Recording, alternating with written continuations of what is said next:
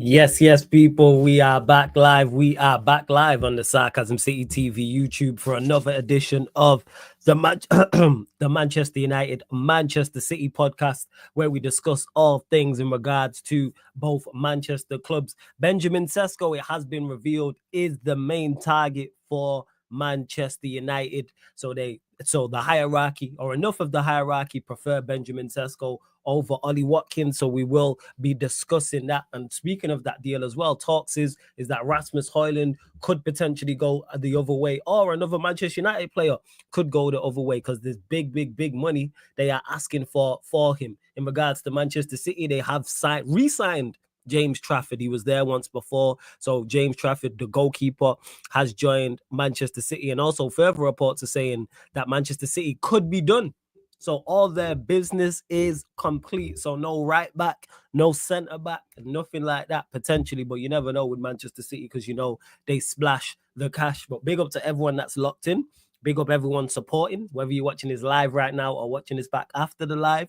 Make sure you hit the like button on the video. When you enter the city, pay the tax, people. Pay the tax when you enter the city. So please hit the like button on the video. Make sure you share this out across all of the socials as well. At Yes It's Flawless, at Sarcasm City TV. That's at Sarcasm City TV. At Yes It's Flawless on Twitter/X. Also on Instagram as well. And just as important, make sure you subscribe to the channel, Sarcasm City TV, and hit the notification bell as well. So let's bring in Mr. GLE himself, the gaslighter extraordinaire, one of Canada's best ever exports, without doubt. And he's needed in this content creator space. As much as we debate, as much as we argue, definitely needed. Extremely knowledgeable individual when it comes to the game as well. My like Veta Games TV is in the building. Yes, Veta, what are you saying? Yo, you there, Veta?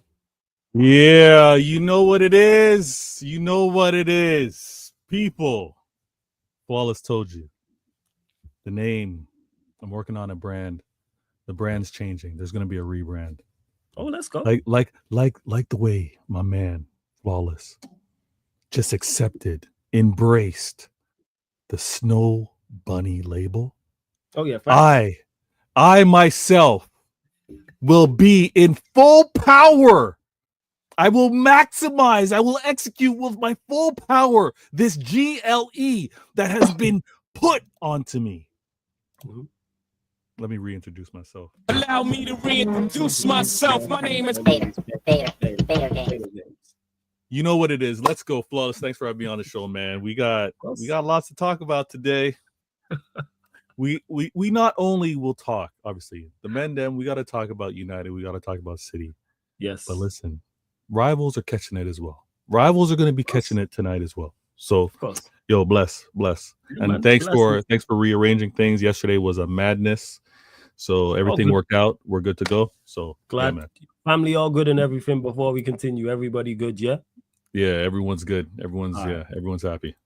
Nah, love that. So yeah, people, that's why we rearranged the show to today. But obviously, normally on Tuesdays. But you know we were gonna give you the show. Big up to S Madison though, every single time. Big up Dupe. It's been a minute. Hope you're good, Dupe. It's good to see City fans in the chat as well. Big up to CNF, yo. That's fire, man. That Veta Games thing is fire. That's why I sing along to it. That is fire. I'm not gonna lie. Big up King as well, and shout out to Warrior J, who's been kind enough to drop news in regards to both Manchester United and Manchester City in the chat as well. So yeah, we'll start with the main topic. I know you lot are gonna have questions on it in regards to Benjamin Cesco, because is it Cesco? Is it Watkins? Who's the main target? It seems, you know what I'm saying, according to reports from today, that Benjamin Cesco is indeed the main target, because it says Manchester United are now prioritizing Benjamin Cesco if they end up signing a striker this summer. That's from at David Ornstein. There's more reports as well. 1 second, let me just pull these up. Make sure I get all the info before I give my thoughts. And I know Vea will have plenty to say on this as well. Interested to hear what you have to say on this as well. So this is more Leipzig asking price for Benjamin Cesco is 64 million plus add-ons and a percentage of a future sale. That's from David Ornstein. These lot looking for the bank for this guy. Manchester United approached Leipzig via intermediaries regarding the possible signing of Benjamin Cesco. It's thought he could be available for 60 to 70 million. A player plus cash deal has also been discussed. That's from Chris Wheeler DM. RB Leipzig have been offered the chance to include a player in the Cesco deal. Højlund is considered a dream target, and that's from Fabrizio Romano. A dream target, you know. That is, yeah. Why are you laughing at that? Because I never thought Højlund the dream target would be in the same sentence. That's messed up. Man. I never thought, I never ever thought that those two would be in it. Those two. That's not that. No, that's messed up. You need to go back and remember what Højlund was before coming to United. Yeah, very promising striker. Promising, but he was never a dream target. That surprised me. Promising striker, I hear it. Dream target. I don't know what's going on over there. I'll be like, but you know what? Football. One thing I have to say is, like the world in general, the footballing world never ceases to amaze me. So yeah, dream target. Hey, music to my ears. Benjamin Cesco, I've discussed him in depth over the last few days. Sorry. Okay. He's like I stated, reports are stating that he is the number one target, and I'm not against it. It's just supremely underwhelming, people. When I look at all the strikers that are out there, to go and get Benjamin Cesco, bear in mind, they talking big money. They talking 60, 65, 70 million. They're talking plus add-ons. They're also talking a percentage of sale, and it's for potential. And we need to deal with the now. That's where my major issue is with this. Like with Manchester United, it's about dealing with the now, because we are not in a situation like a Manchester City, like a Liverpool, where the team is pretty much set. We're competing for top honors, and you can go and run a risk and it goes wrong on a player. You can do that. Like City are in a position where they can do that. Liverpool can do. That's why Liverpool, for example, can go spend big money on Hugo Ekitike because of the situation they're in. They've just won the league. They brought in Wirtz. They brought in Frimpong. They brought in Kirkes, for example, and they're flying high right now. And they'll probably sign Isak, whereas we are not in that situation. We need to get ready. We need to get better right now. And going the Prem route, I like that. This is why I like the Cunha deal so much. This is why I like the Mbeumo deal so much. And with him, like I said, it's just underwhelming. All the strikers that are out there that we could go and get, even within the Premier League, and we go Sesko, who currently right now doesn't really excel at anything, people. There's nothing to, when I've watched him, and I've watched him only a handful of times, he's a decent player. He seems like a solid striker. But that's it. There's nothing exceptional to his game. He's not a fantastic goal scorer, as the record shows. Not like he gets loads of assists. It's not like he's technically absolutely out of this world. And again, this is not me saying he's bad. I'm just saying he's decent. He's not technically brilliant. He's not physically dominant. It's not like he has outstanding mental attributes. He's just decent, which is cool. But Mbeumo Cunha, if you go and get a striker who is of a certain level, that's one of the best trios in the league. If you go add a Mateta or a Watkins to that, for example, that is one of the best trios in the league. And that's what we did with signing those two, is it set yourself up, and it just seems like not as bad, but this is not selling Bruno. This is not selling Garnacho in January. It's that type. You're complicating it. No, I'm not complicating it. I'm saying that I think it's an error on their part, but not as bad as those two things. Because even Ryan saying here, I think Cesco's ceiling is ridiculously high. That's all well and good, but we need the here and now. Do you? Yes. We need the here and now. I don't think you need the here and now this season. This is the season where you need to reestablish. You need to put that 15 behind you. Do you think Mbeumo and Cunha are bought for the here and now? No. So you don't think that they're bought for the here and now? Going to get two of the. When I hear here and now, I hear winning trophies. No. When I say here and now, all right, let me clarify what I mean when I say here and now. I'm talking about Manchester United just improving and being a competent and being a competitive football team. When I say here and now, they improve you to a high level. They improve you. And this is why, listen, those of you that are still listening on the platforms, you didn't see my gestures when Flawless was speaking. But I was telling my man, chill, relax. Like all of the underwhelming things that he mentioned with regards to Cesco, I get all that. But Flawless, you know this. You know this because you do this press against the rivals. Is he better than what you have? And what you have, obviously, did not don't know perform. that. Actually, I don't think he is. Let's wait. Actually, You're doing what Souls did in terms of Havertz and Gyökeres. No. When I say I don't think he's better than what we have, not Højlund, I'm talking about Xerxes. Xerxes is a better fit for those two. Profile wise, Xerxes is a better fit for Mbeumo than Cunha than Sesko is. Okay. All right. If you're spending 60 to 75 million on a player, we need certified starters. We need players who, without doubt, start in the first team, and there's no doubt that they improve the first team. Cunha and Mbeumo are that. Go and get someone else who is that. Go get a central midfielder who is that. Go get a goalkeeper who's that. And it's not hard to do because we're so bad. But here's the thing. We know that Højlund is a starter. So Cesco is definitely better than your starter. Of course he is. But in there lies let's one problem at a time. That's a whole other kind of worms. That's the issue in itself. But I do agree with you on that he is better. But me and you in our phone book have no better players than Højlund. I know better players than Højlund personally in my life. Okay, I mean he had a tough stint at United. The badge was heavy for him. Maybe it was the food. I don't know. He didn't enjoy him. Yeah, it was the food. Yeah, maybe I don't know. But go on, carry on. That's where my issue lies with it in regards to if you're spending that much money on someone, you are a certified starter without question. Don't hit me with potential. Yeah, no, I get the you don't want the potential thing, but you do have to take that. I'm cool with the potential, but you have to have that position. Yeah. You have to. No. If his potential was high and he had things that were right now, again, I'll say to the chat, I'll ask the chat this. Anyone who rates Cesco, what does he excel at currently right now, people?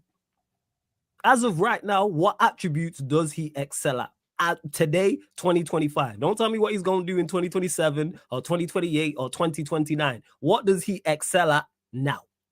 And I'm not even going to dispute it. I just want the attributes. Bullet points from you in the chat. Go on. Sorry, flawless. This is why you're a lyricist, because you're gonna emphasize what does he excel at, but where does he really have a weakness is where you really want to point out, right? He's obviously a well-rounded footballer. He's obviously a player that can link up. And again, you haven't seen enough of him for you to say that he's as good as Xerxes, but he falls within that mold. So maybe in the manager's mind, because it looks like, Højlund's on his way out, you have kind of a like for like, right? Maybe Xerxes not on it that day. But you know what's crazy? The manager don't like Xerxes. Maybe that might change. The manager, listen, the manager might change up. He can't do what he did last season. I keep hearing this, man. Sai told me the same shit about the manager. No, it might change, man. We have a way. I'm gonna stop making jokes on live stream. Sorry, go on. No, we can only go based off of last season, and he cannot operate the way he did last year, right? We know that for his survival, he can't do what he did last year. Right, and everybody in the chat that knows Cesco and they want to throw out what he's strong at, that's absolutely great. But yeah, I'm asking. When it comes down to it, we obviously have to see how he plays with these players. We need to see how he links up. We'll have to see what kind of system Amarin puts together. But the mere fact that he's better than Højlund, I think many United fans should be okay. Cool, let's see what we're doing. That also doesn't mean that also may lead to getting an additional signing. Better than Højlund, But I'm not even joking. I have 3-4 people I know in my personal life that are better than Højlund. Literally.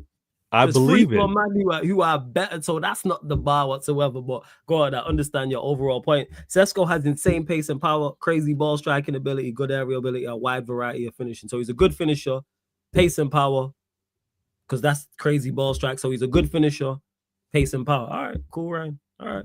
So and again, you want those skill sets, how they improve, where he excels at. Maybe we'll see that as the season goes on. but you're definitely improving, and maybe it's all. I get it. I get it. I get the price tag. But you guys kind of ruined the whole price market when you gave Cunha what you gave Cunha. So everything's about 60 million now. Wait, what for the? Wait, you mean you think 60 million is too much for?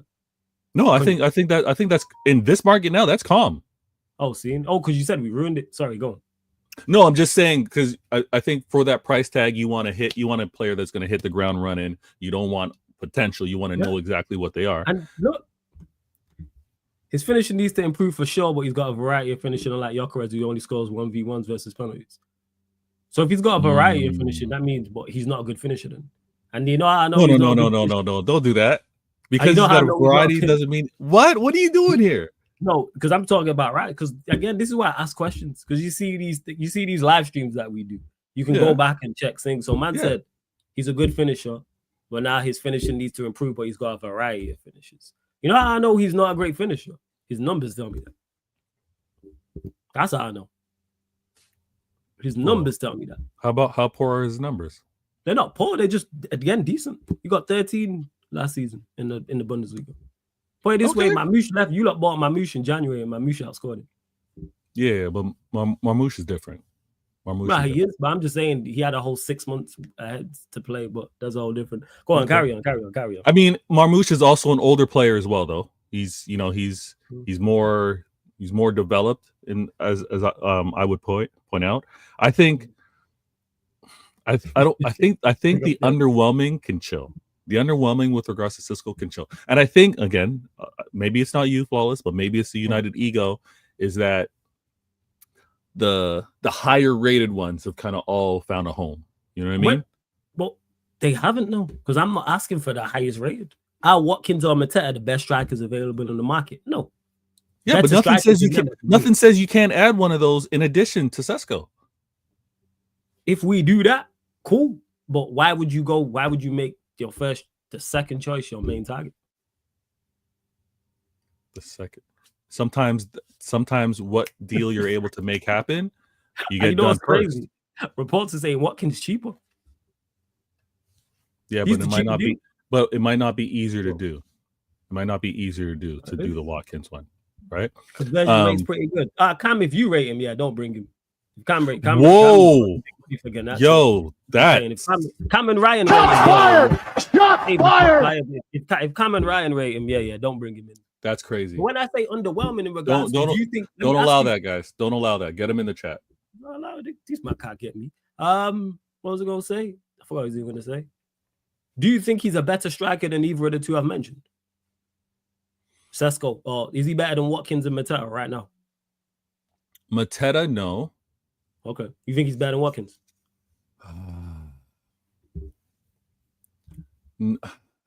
No. Right now, no. But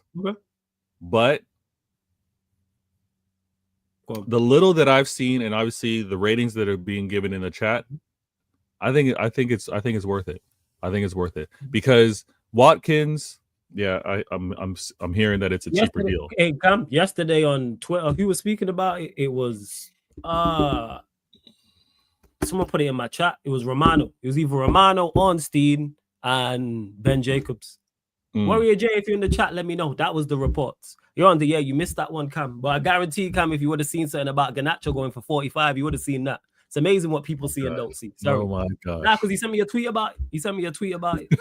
The tweet yesterday from Miguel Delaney talking about Chelsea don't want to pay more than 30 million for Garnacho. We missed that one. People see what they want to see, man. Selective blindness. I hear they don't want to pay more. Ooh. Oh, for context, me and Cam was going back and forth on the Bayesian show about Garnacho's price point. That's the point. That's why. Oh, okay. And he was telling me we can get big money from. That's all. Sorry, 1 second. I'll be back. All right, do your thing. You know what I'm saying? Yeah. Well, it was Chris. It was Chris Wheeler. Someone put it in the chat. It was Ben Jacobs, Chris Wheeler. It was one of them reliable sources. One of them. Because I was talking about this yesterday. Again, this is just reports. I didn't see this come. I didn't see we offered any money to develop. Just tell me where we put in a bid for Watkins. Send me that. I didn't see that anywhere. I think if you get either of those prem proven, I think again You look at what you do in attack and the options you have, and I don't think there's too many major egos, whether you get Watkins or Mateta. I think that works well, and I'm probably the only quote unquote ego you probably have to manage. Everyone's telling me that Cunha has a bad attitude or whatever, but maybe it's Cunha and maybe it's Yeah, we know Bruno. what that is, man. Yeah, I We know know what what it that is. is. Yeah, we know what that is. Also, the stuff they got to be spoken about. We know why they say he's got a bad attitude. Yeah, so we know will. that. We don't have to go too far on that one. But you guys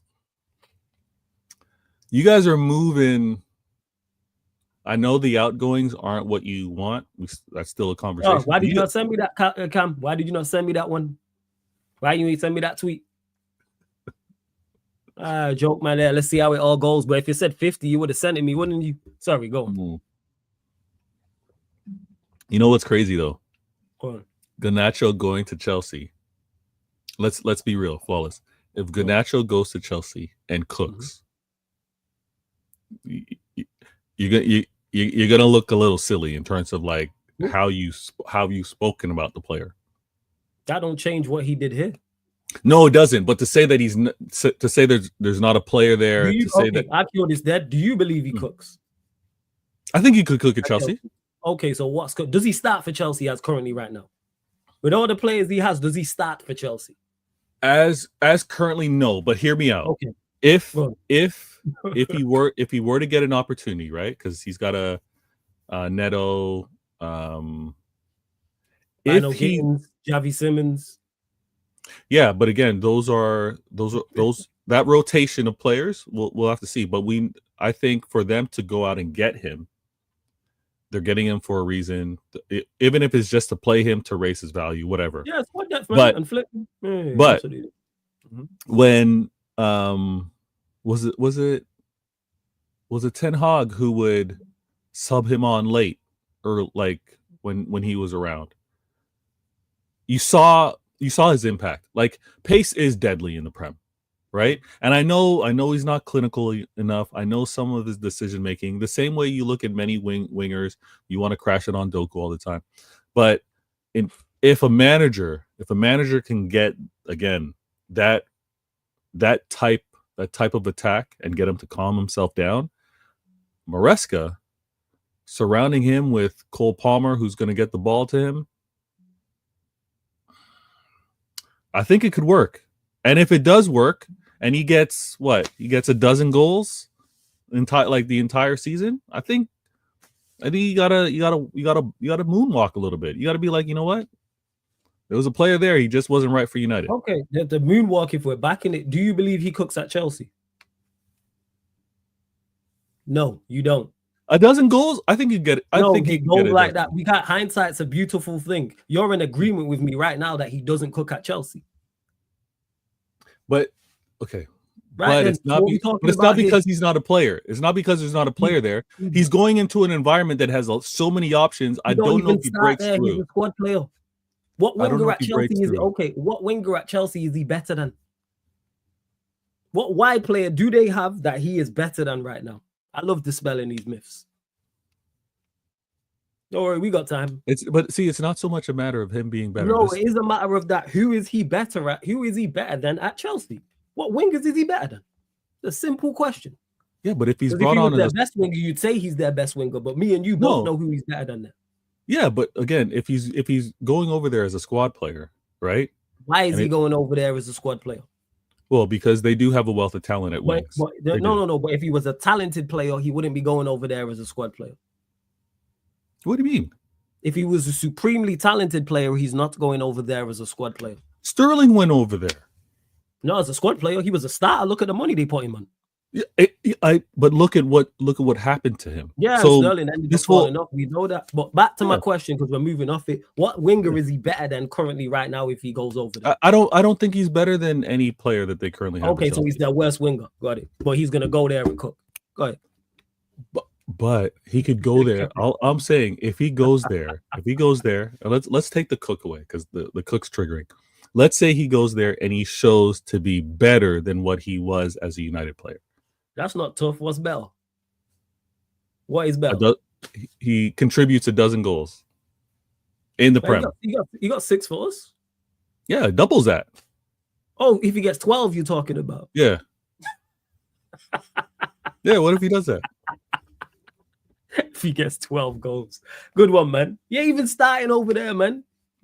He's not even starting over there. Comes on late. He's not even starting over there. He's not even first off the bench. All right, what about GA? What if it's 12 GA? You could get that in the league. Yeah. I think he got that for us. I think he got that for us around about. I think he got like 9. Wait, let me check. But this is good, man. I love this. I love this pro. I'm just saying. I think. Let me check. I'm gonna check now. 1 second. I'll tell you now in the league. I swear we got that for us, and we know he's crap. But here we know are. Ganacho's young. He's young. Oh Lord, here we go. He hasn't reached his potential. He don't have potential. To say he's crap. He don't have potential. Y'all said McTominay was crap, and look what he did over in Syria. Like, yeah, we gotta. Because crap players have good seasons. Whoa. You still saying McTominay is a crap player? Yeah, in regards to it, overall, yes. You don't think he was just misused? You don't think he was misused? Yes, he was misused. But for a team, I think that's the biggest hindrance. For a team going anywhere, you're not signing McTominay if you're trying to dominate. I was right. Yeah, he got 6 goals and 2 assists. 6 goals, 2 assists. Okay, so he was dreadful for us. So it's not really a GNA thing, is it? Well, he goes over there and gets 12 goals. If he goes over there, 12 goals, not even a starter, squad player, just in the rotation. Okay, I got one for you. Go on, 1 second. That'd be pretty promising. Now, I get you guys got your certain exits that you need to see. I ain't mad at it. For me, listen, I don't flawless. You know this. I don't shoot down. Just to clarify, Brennan Johnson got 14 GNA in 33 games last season. But well, yeah, but that's a trophy winning manager over there. No, and I'm talking. That's just the league. Forget the Europa League. And he's a winger we don't rate. So it's more than GNA. But we you see how we have to apply GNA to players who are terrible because he gives you nothing else. So that's no. I was just we were having the convo on what could he do to really show that there's a player there. I'm not saying that he's a world beater. I'm not saying that he's exceptional, but I'm saying he's below I don't average. think he's crap. I'm saying he's below average at best. Okay. McTominay has more than him, to be honest. Because McTominay can box crash and knows where the goal is. That's McTominay's strength. He can box crash. He's like a terrible Jude Bellingham. Box crash, score goals, especially in that league series. Do you think he could work at Amarin? You think if McTominay was here, he could work for Amarin? No. Okay. Well, fair enough. He left when he needed to leave. Amarin probably would have used him, to be honest, because it's his type of play. Okay. Because he's energetic. Yeah, but then again, Amarin probably would have played him in the pivot, so no, it wouldn't have worked. I tell a lie, no. Because Amarin would even played him in the 10. You're gonna play Garnacho. I mean, if you're gonna play McTominay in the 10. How much played him in the pivot? How much support is Amarin gonna get from you this season? In regards to what? Like, are you giving him the benefit of the doubt, or are you already saying, this manager? No. None. You're like. But if he proves me wrong, cool. Like when it comes to match day, if he does well, I praise him. Okay. But when match day hits, like if he turns it around, I'll be the first to go, hey, I was wrong. He turned it around. Props. But I was hearing the same shit this time last year. We and you was having the same conversation about Ten Hag. The same hopium, not from you, but the same hopium that people was talking about was with Ten Hag. Is that, well, it's a new regime. They brought in new players. Let's give him a chance. New contract. Hack is there, Van Nistelrooy is there, all of this hopium and all this nonsense, just rather than say this manager's not good enough in regards to Ten Hag. And now the same with them. Quick question. Would you feel any ways if like any rivals were bringing up Ten Hag over and doing well in the Bundesliga? No, because I care about what you did here. That's why I only care being in relationships. I only care what the girl is like with me. If I'm with a girl and it doesn't work out and we break up and then she gets with you and it's fantastic, great for you. That don't change what happened between me and her. No, fair enough. I could care less.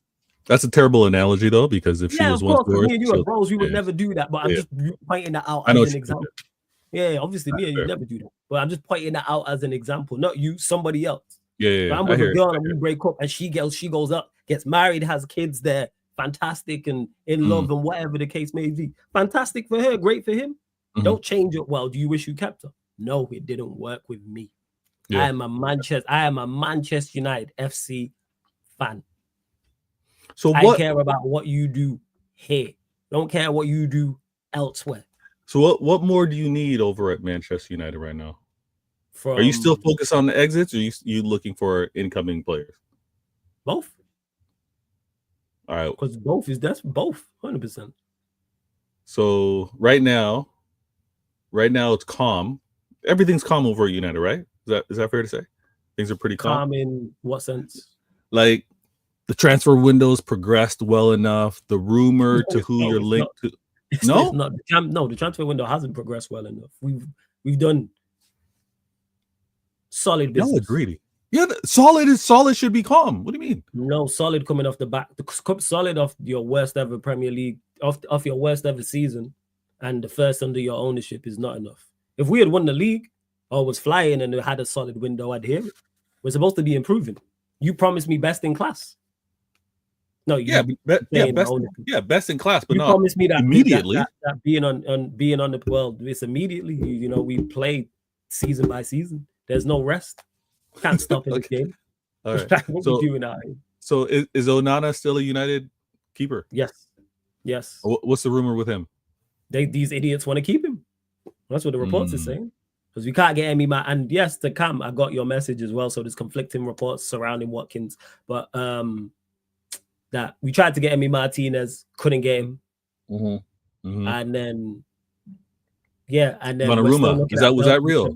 People, you lot, us, Chelsea, Saudi Arabia, all been linked to him for real. But Romano said there's been no talks with anybody yet. Okay. But all those clubs I just mentioned have been in talks. Now, I think we're mentioned just to get the price up, just to get interest. Maybe. I don't think we're really looking for. Maybe. I take Donnarumma in a heartbeat. Well, it don't even have to be Donnarumma. Timmy mentioned I'm for the laments. Just go get a goalkeeper. Yeah, but you were saying the same thing about Onana a couple seasons ago. About what? About bring him to my club.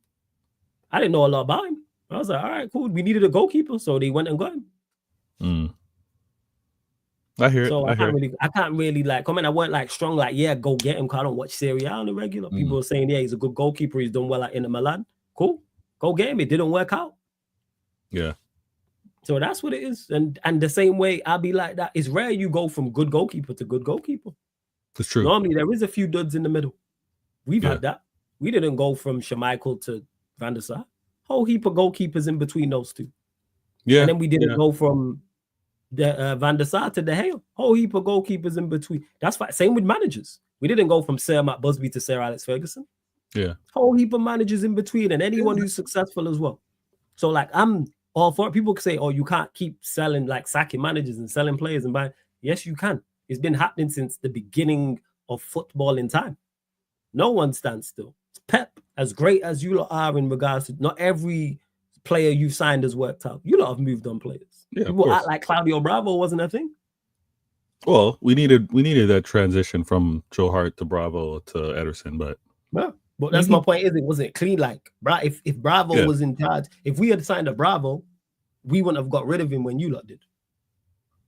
Oh, you think you would have held on to that player longer? Definitely. Yeah, 100%. Yeah, before the new regime, though, I think Ineos would have probably gotten rid of them. All right, cool. So when Onana's in goal first game of this, well, he won't because he's injured. But when Onana's the number one, all right, we'll see. Because he shouldn't be here now. He shouldn't be here now. You get your business done early. Go on. No. But again, I think some of those players that you guys signed, former when it was just Glazers, not Glazers and Ineos. The length of the deal, the wages, things like that. It's probably more difficult to move this player, and they don't want to eat some of the loan costs if they were trying to do that. But we're making it difficult. Literally, the reports came out saying Chelsea do not want to pay more than 30 million for Alejandro Garnacho, which I already had guessed from the outside looking in that they didn't, because teams are interested. Lower the price, move him on. Oh, did Flawless freeze on you guys? Because then when you lower, am I back? I'm good? Your end? Yeah, you're good now. Yeah, you're good. Cool. As I was saying, no, you move him on early and you get your business done early. Because lo and behold, Manchester United had more money to spend than I had. Because they're saying the Cesco deal that it's not dependent on sales. So there's we've got 200 million to spend. So let's say hypothetically, we spent 130 on the 210s, and then yeah, I thought it was a sell to buy thing. They lied to us all. Prop student, man. They fooled. They do tell you. Man. I rate that highly. I rate that because I was like, when we got linked to Sesko and Watkins, I was like, where's the money? I was like, I thought we had no, and then obviously reports came out today. Even when I seen the Cesco and Watkins reports and they were like heavy, I said, oh, there's money there. So the point is, the way you read cartel clubs are moving right now, seems to be a lot of money. We trying to catch up with you lot with the spending because it worked out for you. But yeah, let's say you got 200 million to spend, and let's say you got to the two, and then you move the players on early, Rashford, Sancho, Garnacho, Anthony, and let's say Malacio. Let's say you get 120 for them combined at 5 or 100. So you got 300 plus to then spend. You're then negotiating from a position of, then it makes one, you're selling them at their highest value. The players who you're selling them to, it makes it easier. It makes it easier to negotiate when you're going elsewhere as well to get deals done. Hold on, Flawless. Hold on. Because I mean, I did take a few negotiation courses myself, get some certifications. You got to be careful because the same way you have those players exit, yes, there's an advantage in terms of money that you do have, but then there's also knowledge that everyone that's selling knows, right? They know that you now have a certain amount of revenue that you've acquired from the sales. They also know that one would argue there's a little more desperation because you do have to fill that position. So there's plus and minuses. I think the mix of how you guys have gone about it, it's been better than past seasons where before it was like splashing cash, not that back and forth, not the second, third bid, right? I think you guys are really doing your business smart. Who leaves next? Who knows? But if you were to say the biggest red flag, the biggest position that if United don't do another signing, if there's not one signing but one, what position is it like that you're going to say, just get this one signing done for this summer, this position, and let's go. We'll deal with the rest as a season not one goes. signing. We're not in a position to be dealing with the rest. No, Flawless. No, I'm trying to understand your priority. I'm trying to get, I'm trying to understand. I'm giving you the priority. Us buying is atrocious. It's all equally as important. No, man. What? No, you're being greedy again. You're moving like you're moving like Sir Alex Ferguson years as a United fan. You can't be choosy. Flawless. You can't be choosy. We've never had two things. We've never had to improve a whole spine in my entire watching Manchester United. That's never been a thing. It's never been super important to improve our whole spine. All right. So let me just throw that one dead. Secondly, as well, it's not about picking it. The one thing, and I've said this before to you, and I've said it before about being so bad and being in the situation we're in. Yeah. It's the pool of players you are picking from is much bigger. We're not looking for the creme de la creme. So therefore, it makes your job easier, which then gives you more players to choose from, which then you can drive down the price. I've not wanted none of the players I've asked for or we signed, I think, are world class. I'm not asking for world class players. I'm asking for prem proven, good to very good players, which I think Cunha and Bremo fall in. I think Watkins falls in. I think Mateta falls in. Central midfielders is none that really stand out in the Premier League. Emi Martinez falls in from a goalkeeping standpoint. It doesn't mean we have to go prem proven. So yeah, like in regards to it, the goalkeeper is just as important as a central midfielder. Central midfielder is just as important, as a striker, because these are areas where we are dreadful, and it's also them areas on the pitch are even worse because of the manager we have, because we don't have a manager to cover up for the deficiencies. Chat, get at Flawless right now. I don't want this man sitting on the fence. If Amarim's in charge of Liverpool, did they win the league last season? If Amarim's in charge, no. Yeah. Okay, that's the point I'm making about covering up for deficiencies. Because that's what. Okay. Recognizing that you do have deficiencies, what I'm asking, if you can, and you know what, fair enough. If you want to say there's not one that's really glaring. To Dazzle, midfield could hold up under this again. Not how you want us to play Dazzle, with how this manager sets us up. How is the midfield going to hold up? Our midfield is bottom 5. Take out relegation. Take out the relegation sides. Our midfield, in terms of not only skill but also balance and profiles, is bottom 5. I don't know enough about the relegation side, so I'm only talking about the rest of the Premier League. So that's 17 teams. Okay, all right. Let's use your example. Go on. Let's use your example. Slot is now at United. Mhm. What position do you want to help Slot have? What position do you want to improve so Slot has a better or more comfortable season? Where would you start? Goalkeeper. Okay.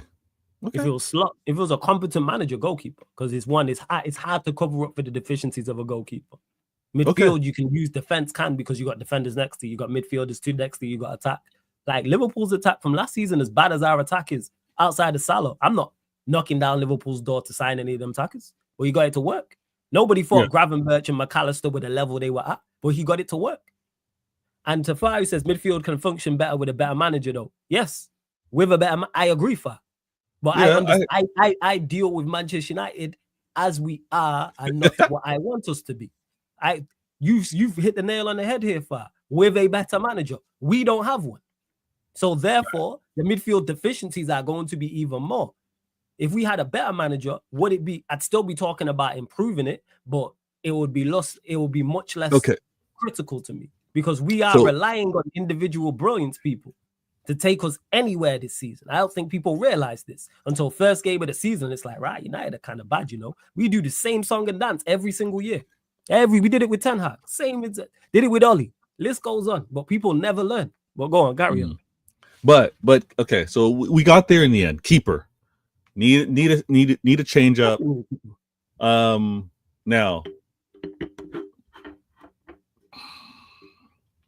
is there any possibility? And I don't even know who your second keeper is. If there's any, if is there any possibility? Currently, right now, it's Binder. He's terrible too. Yeah, that's not good. Yeah. Okay. All right. Sorry. Look, that viewers, hit the like button. See Flawless. His face in his hand, thinking about his keeper situation. You know why? Because I've had this same this is literally the 31st of July 2025. The 31st of July 2024, I was having these exact same conversations over the summer. I was having the exact same conversations over the manager. I was having these exact same conversations about Ineos, and now it's changed. Is Ineos on fraud watch and did it there? And I ain't heard great football. And no. I'm saying it's a question that is now being asked, whether you think they are or not. I'm saying it wasn't that at the start. Right. Now it's a conversation. Are Ineos backing Amorim? Are they hanging out Amorim to drive? None of this was the talk at the start. It was they're going to do this, they're going to do that. You're hating, No apologies, but it's cool. You know what I'm saying? The silence is the best apology. I want no apologies. Wait, are you moving out here being like you want the "I told you so" recognition? No, I don't want that. I don't want the "I told you so." I just want people to be as loud with their criticism of my opinion. If you're as loud with your criticism of my opinion, okay, I'm proven right to be the same loudness. Because I'm as loud if you prove me wrong on something, I'm just as loud about it. Hey, Vader, you got that one spot on. I called that wrong. Yeah, I got you. Mm-hmm. But these people will talk. You know what I'm saying? Same people who telling me about Ten Hag. Disappeared. Ain't heard nothing about him. You know, the funny thing is people who were talking about, ironically, Ineos. Jez knows, because Jez has been with me on most streams. Jez is there or in the chat. Jez knows what I was going. Lewis said it on back again, because I don't check comments like when I'm on other channels, either live or back after I do. Yeah. Lewis even told, I didn't even know. Lewis was like, everyone shut up about that, because they was calling you all sorts of names about Ineos, and all this. Now everyone's silent. Same way with Bruno. Bruno hype died after that Europa League final. It's hella super chats and you're hating on Bruno and and all this. Silence. But go on. Ain't been a super chat and back again about me being wrong in him since. And the final was in May. It's almost August. But you know, who's counting?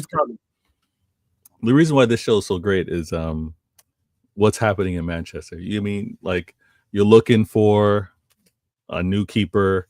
I kind of have too many keepers to kind of deal with right now. I mean, Ortega is rumored to leave Manchester City. Yeah, that's why we went out and got Trafford.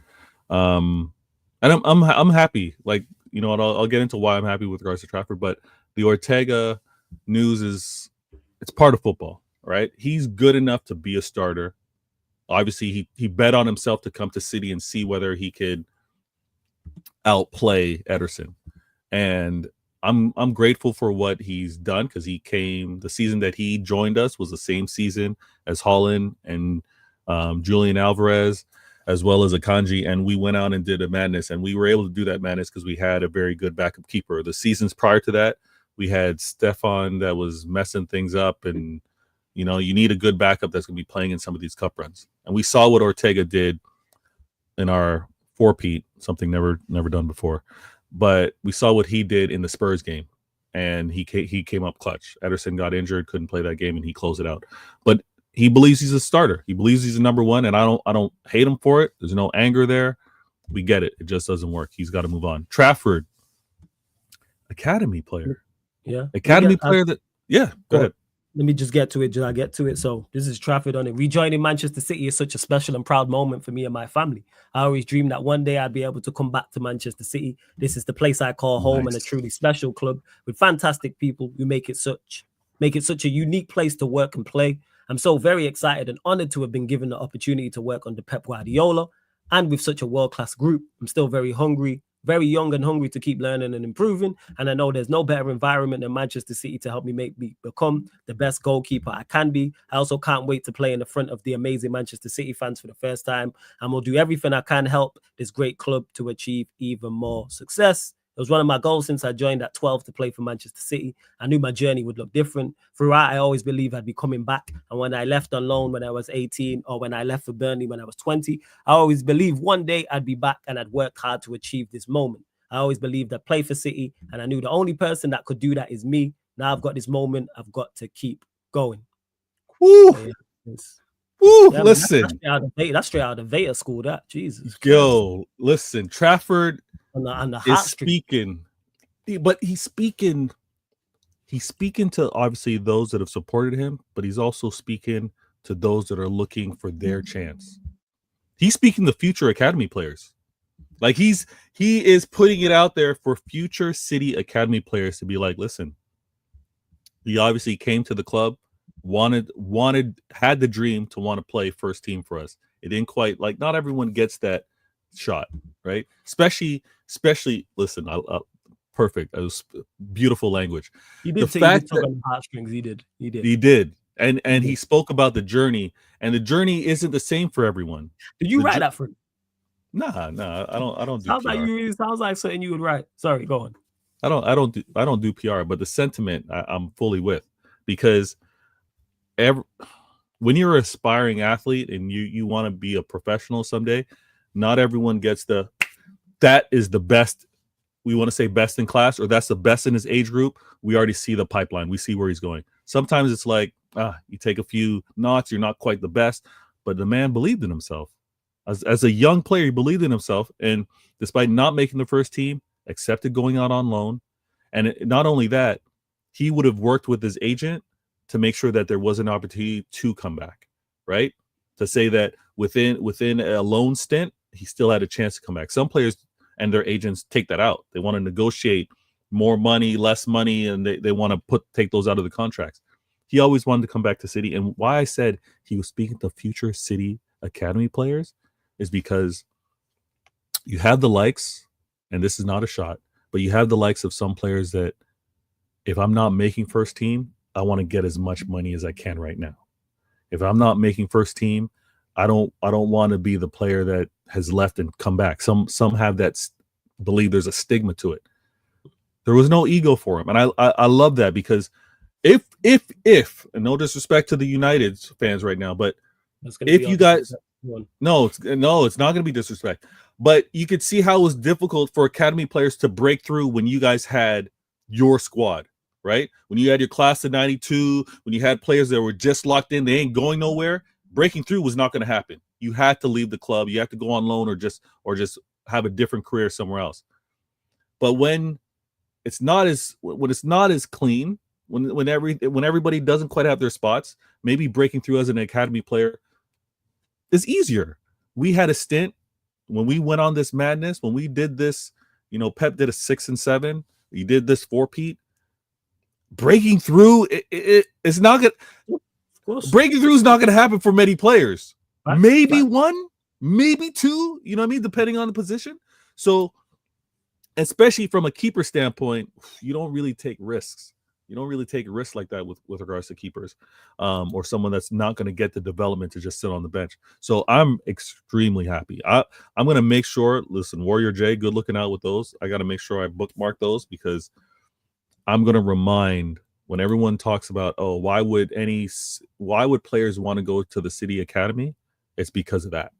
It's because they know there's a path to come back. Now, you have to be exceptional. Yes. You have to be patient as well. And one thing we know in 2025, Flawless, when we're dealing with, not only we're dealing with rivals, but we got to deal with our fan base. Patience is at a minimum now. When you meet a person with patience, it's a breath of fresh air. I'm like, yo, what? Oh, this person's different. When I hear someone talk with some patience, depends what, boys. It's circumstances. Depends who they support and what's going on.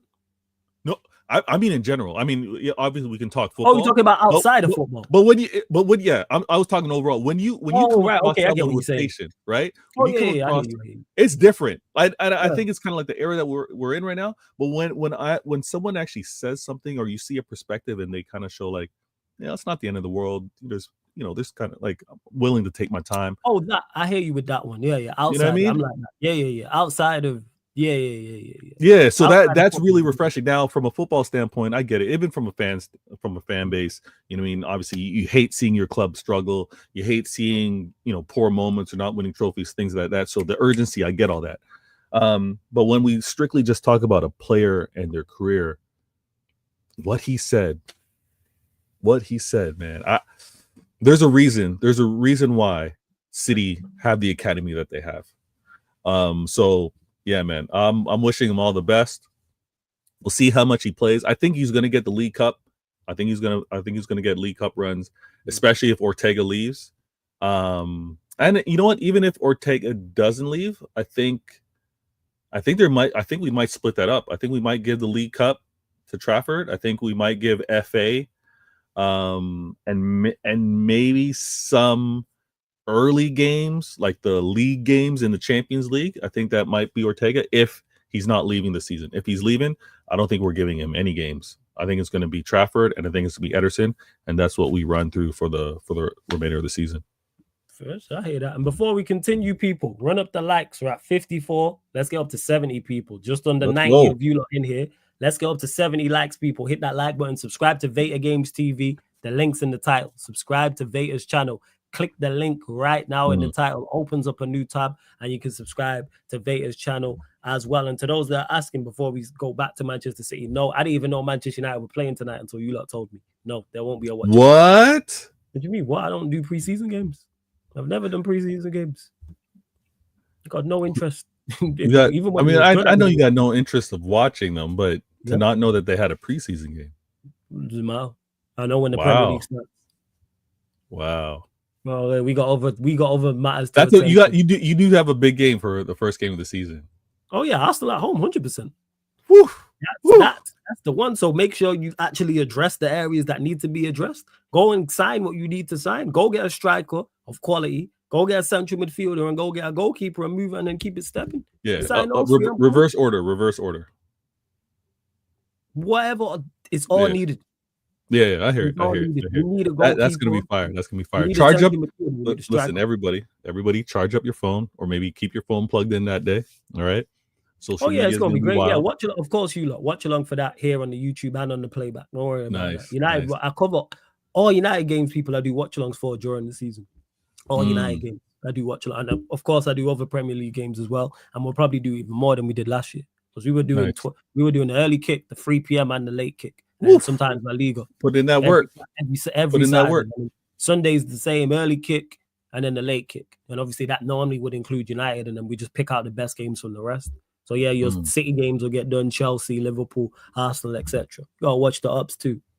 You got to. I've been watching football too long and too sensible to be fooled. You know what I'm saying? You're talking about in regards to Manchester United. This is just me guessing because what Far said earlier with Manchester United and this hopium. I don't go. Hope is never a thing. I've never heard any successful football team that fans talk about hope. When Manchester United was successful and at the top of the game, me, family, brethren, none of us ever discussed hope. When City have been successful, never heard Veta mention it. When Liverpool have had their successful stints, never heard them mention it. When Arsenal had their successful stints, never heard their fans mention it. When Chelsea had their successful stints, never. Someone find me a Liverpool fan this window. So from your Montes, Kopish, all the Liverpool fans, Don Hassam, any Liverpool fan, show me a live stream where they're talking about hope for this upcoming season. Me and Veta have been doing this show for however long. Not once in the upcoming season has he spoke about hope as a Manchester City fan. You know why? Because they have skill. They have players of a certain quality, which doesn't allow hope. You know where hope is? Hope lives on the same street as delusion. I don't go around them parts. That's why. I know what you're saying. See, yeah, and I don't be fooled by preseason games. That's what he was talking about. Yeah, like the same. Even if we perform well, great. Fantastic. No, it's not even that. Okay, let me. The reason why I say that is when you have questions with regards to whether the manager is going to change things up, or you have questions on how the manager might be using newly acquired players. The fact that that's a question is hilarious. No, because you don't know when we all know the answer. All right, we don't know what Amrim's gonna do. No. Yeah, so you don't know what he's gonna do. Yeah, we don't watch it for 90 minutes. What Amrim's gonna do, man. We don't. Oh, come on, man. We don't know, man. He's gonna turn it around and be absolutely fantastic this coming season. And Manchester United are gonna play exceptional football, be a cohesive unit off the ball. The midfield's gonna be great. The attack's gonna be fantastic. We're gonna fly up the table, positive goal difference, win many games back. Now you're doing too much. Now you're doing too much. Hey, I had a fan tell me here that we going undefeated in our first 10 games. So here we are. Nah, that's undefeated. We're winning 7 out of 10. That's gassing. He was gassing. There's no way you're going. Nah, 3 draws. No, it was like, all right. And we went through it game by game. I think he had us beating you lot. Yeah, he had us beating you lot, drawing against Liverpool. That would be the worst. That's what it was. I was saying that would be the worst. See? But yeah, you lot gonna be on demon time this season. I don't know. Flawless. Right now, I mean, we're moving calmly in the transfer window. All things are like I said, we were talking about the keeper situation. There might be the departure of Ortega.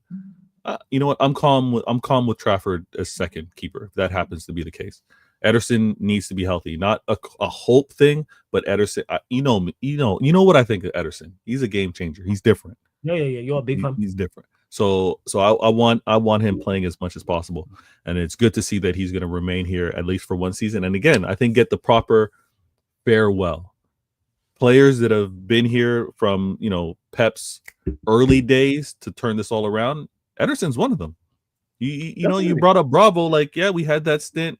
Pep said, Joe Hart, you can't do it. Yeah, what I want to do, the ruthlessness of your club is what I'm talking about. You lot didn't care about the PR and how it could potentially look and all these types of nonsense. You deemed him not good enough and moved him on. Yeah, okay, that's fair. That is true. That's what I'm saying. Same way PSG are doing it right now with Donnarumma, who just helped them win a treble. And they said, you're on the last year of the deal. We're signing your replacement already. We don't care. They're negotiating from the B side now. He has 1 year left on his deal. They've just signed his replacement, so they have to sell him or lose him for a free. But guess what? They brought in a goalkeeper they believe will make them better. They don't care about PR and how bad that looks and what Donnarumma did for them. The clever thing with regards to PSG as well is it's a World Cup year. Right. So will players really put up a stink or not? Not put in the effort to make a move, right? Because obviously they want to play. It's a what year? Say that again. Say that louder for the people in the back. It's a what year? Flawless. You shooting at people? No, say it louder. I'm not shooting. It's a World Cup year. It's a World Cup year. Right, okay, go on. Carry on. I've got a point to add to your point. Because it's hard to move on players, but go on, carry on as you were. Because I've been saying this, but go on. So players need to play it smart if they have aspirations of playing for their club. I mean, for their country. So PSG smart. I mean, they do have the success, so they have that kind of leverage. I don't know if the leverage is the same if your club doesn't have the success, right? Like the attraction of that replacement player to be like, I'm on board early. I don't know, but when we talk about City in this upcoming year, this hill, I've never seen us have to deal with this type of. We haven't had to climb this type of hill before. And when I say that, because you're not the number one now, is them, so you have to go against, and you see what they're doing. Is that what you mean? You talk about the quality Liverpool have added. The quality, That's yeah. fair. When you got Pops out here moving all crazy, being like, "Bring on Vader, let's do this crossover." When you know, man's feeling comfortable. You know, man is waiting, man. He waiting for City. He's waiting for you, man. Yeah, exactly. Me like that, and he's just like, he said it from the jump out the gate. He was like, "Oh, fuck player." I was like, "Damn." That's the thermometer. Flawless. That's the thermometer for me. Yeah, he's confident. When you see Pops moving like this, right? Yeah. Then you know it's different because he's going to be calm. He's going to be like, "Here's how the season could play out. This is what could happen." But when you got this man talking reckless like this man being like, "I don't care who's out there, bring them." All right, listen. When I a couple shows ago, when I said that what Liverpool are doing is unprecedented. What Liverpool are doing is very different from what City have done in past seasons, from what Chelsea have done in past seasons, even from what United's done past season. So when I bring that all up, large up.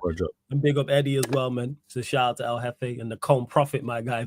Hit the like people. The Cone Prophet. That's good. All right, Eddie.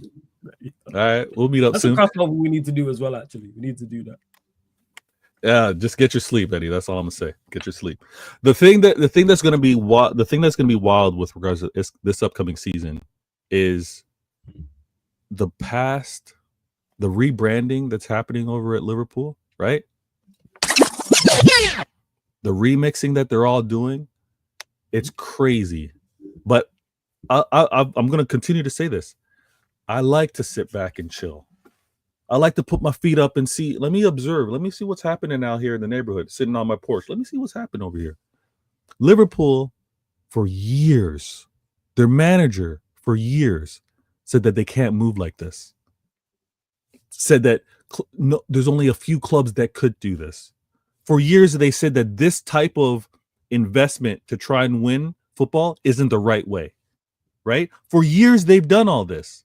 And I had to sit back. I had to be like, oh, all right, they're going to talk about Oil Club. They're going to talk about City. I got to eat it. I got to sit back and be like, deal with this.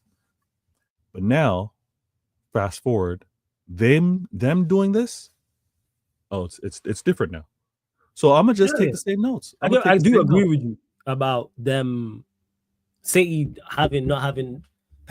never have had this mountain to climb in the Premier League. So it's going to be interesting. I think he climbs it, though, if they don't sign Isak. If they sign Isak, it's done. But they don't sign Isak, I think you do climb it. They all signs are pointing to them signing Isak. Oh yeah, I think they get Isak. So they're signing Isak in addition to what they've already done. But it's going to be interesting to see, because again, what Liverpool fans are amazing at doing, they're absolutely amazing. I credit them. I think it's actually phenomenal on how they're able to do it. If they were fictional in real life, they'd be Decepticons. The way they transform, the way they do one thing and then do the other, because they've now spent like this after saying that they can't. They've now gotten players that, when other clubs were doing this, said it's unfair. Right? It's not realistic. The only way that's able to be done is if you're cooking the books. They said that that type of spending, that type of investment is only done if you're doing things under the table, right? They said all of this. The only way to do it is if you were doing it fraudulently. The only way to do it is if you had the brown paper bags. The only way to do it is if you were doing things shady with the agents. Now, I mean, I think it was credible reports that said Wirtz's agents were his parents. I'm not sure. And I'll take your word for it that they were. From what I heard, it was his parents. When Holland was doing his thing and, There was ties with his father representing him as well. Oh, that's all shadiness. That's all. Look at what City are doing. Oh, this 51 mil that City did to sign Holland. Oh, that ain't the real number. There was other. Okay, so when I hear all of this loudness coming from Liverpool, best believe I'm gonna flip it on you guys. The reality must be the same with regards to how you guys are getting these deals done. So do it all. Rebrand it. Be the media darlings, because when my club responds in kind, because that's what I expect, and it may not be this, season, but I know. Well, it's this season. You're not winning the league. Go on. I know my club is. Listen. I know Caldoon is just. He's got his notepad. He's just okay. Oh, you're able to spend that. Oh, record transfer. Okay, yeah. Oh, okay. You're able to do that as well. This is after. Oh, you sold these players. Okay. I know my club is going to do that. At the very least, they're going to match it. And we were respectful. Oh, we broke a transfer record. We got Grealish for 100 mil. That's all we did. That transfer summer, 100 mil. That's all we did. That's all we got. Grealish after winning the Prem. They're now doing that double, triple. So we're taking notes. And if this is how clubs can move, if this is how the media won't be talking about the level of spending after winning the Prem, listen, we got to flex. We got to flex too. Oh, I'm seeing you bench 275. I believe I can bench 285. All right, yeah, we're gonna keep raising it and see where this goes. So I love that Liverpool are favorites, no question. Liverpool are favorites, even without Isak. Defending champs. They are favorites. Defending champs with Isak. Oh, they're absolute favorites. Now, does it go so far to say that they are so strong they're expected to win everything? When they had a lesser squad compared to the landscape, they almost won a quad. So this team that they're building stronger than that, I don't know if the expectation is going to be anything less than maybe a double, maybe a they go win, maybe a treble. They go win. They must win. One. Bare minimum. Even though I think you lot currently will win the league, they are the favorites. I do agree with that. Yeah, they are the favorites. You have us as upsetting the favorites. I'm not mad at that. Man, your guy Pep, man. I hear it. I'm backing him. Yeah, my prediction, should I say? Obviously, I don't want him to. Pep's got to do his thing. My Pep's got to do this. I see you got the super chat on the. You want to address the super chat? I was going to get to that now just to make sure I didn't forget. So that's why. Because with size, sometimes he super chats, and because me and you is going back and forth, and it's like freaking tennis match. Fair. It's like Nadal and Federer in their primes. I might forget, so that's why I put it up on the screen. That's what it was. So big up to Sai for the super chat. Appreciate it. Says Vader, I don't care how much you or other teams spend. Only thing I care about is Liverpool has to spend like this because we need to rebuild to win trophies. So into you, Vader. Floor is yours to respond to that. Now, Sai, we haven't linked up like that over the years. You mean? I don't know whether they've been super chats or you just in the comments on your own. I don't know what you do on the burner as well. I know you got a burner account. But if you or any of your circle of Liverpool fans talked about City ruining football with how we invested in past seasons, I got to call you out. Now, if you weren't one of them, cool. I hear you. You know what I mean? You didn't question whether Chelsea were spending a billy. You weren't questioning whether City was going out and doing what they did with Grealish or what we did the season prior to the trouble season, going out and getting Holland and Julian Alvarez. If you weren't one of those, we're calm. It's cool. But if you ever screwed up your face, if you ever talked about City being like, nah, this ain't right. No one in football can do. If you were listening to what Klopp was saying and saying only a few clubs have no ceilings, they can do whatever they want. If you were one of those, then we got an issue. If you weren't, we calm. That's all I'm gonna say. We calm. He said no banner, and he is a straight talker. This guy's been I believe it. I believe it. Then I believe it. Been happy for like the last 6-7 months. It's ridiculous. Like pretty much the whole year. It's sickening. But big up to Sai. And big up to Eddie. Says big boy spending been the way and the only way to win. If you want to consistently compete, you do have to. Yo, Eddie, hold on. This is what listen. Is this big boy spending, Eddie? From who? Because From Liverpool. For Liverpool. Of course, it's big boy spending. No, Yes. well, hold on. No. I think we would have categorized what Chelsea, what City were doing. Was that big boy spending? Yeah. Okay. Absolutely. Now Liverpool are doing more than that. Well, We need to put this in a spend. different category. There's Okay. no big, like there was big boy spending. Yeah. Now What is this astronomical spending? Is that what this is? This is different. Yeah, this is different. They're moving different. And the thing is, and I am calm with it. You know,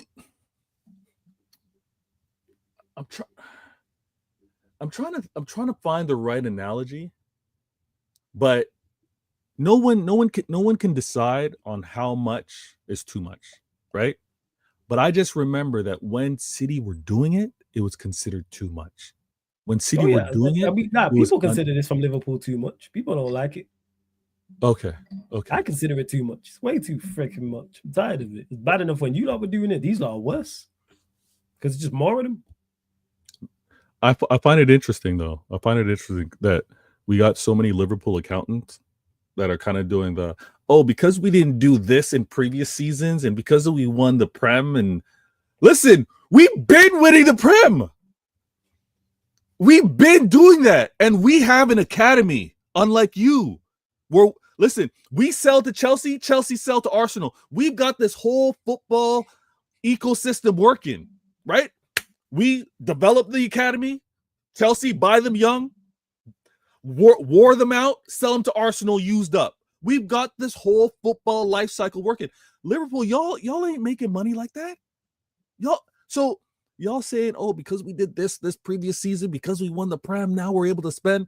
We've been able to spend, but we didn't move like this. Now that it's a green light, now that there's the green light, I am all for it. Let's go. That's what I'm all about. So this is going to be an incredible season because we got Liverpool as favorites. That's not their brand. They're not accustomed to being the favorites. They're not accustomed to, if they don't win the Prem, it's a failure. That's usually not how they move. This is so different. Now we are completely the hunter. We're hunting this down because we didn't do a madness.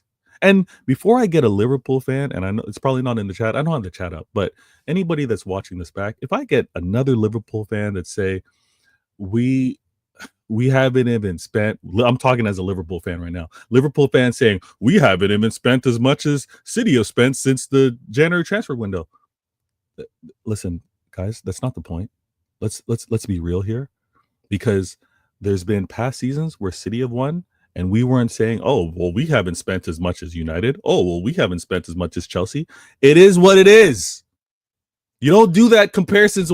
It's about what you did as winners and we got vilified for it.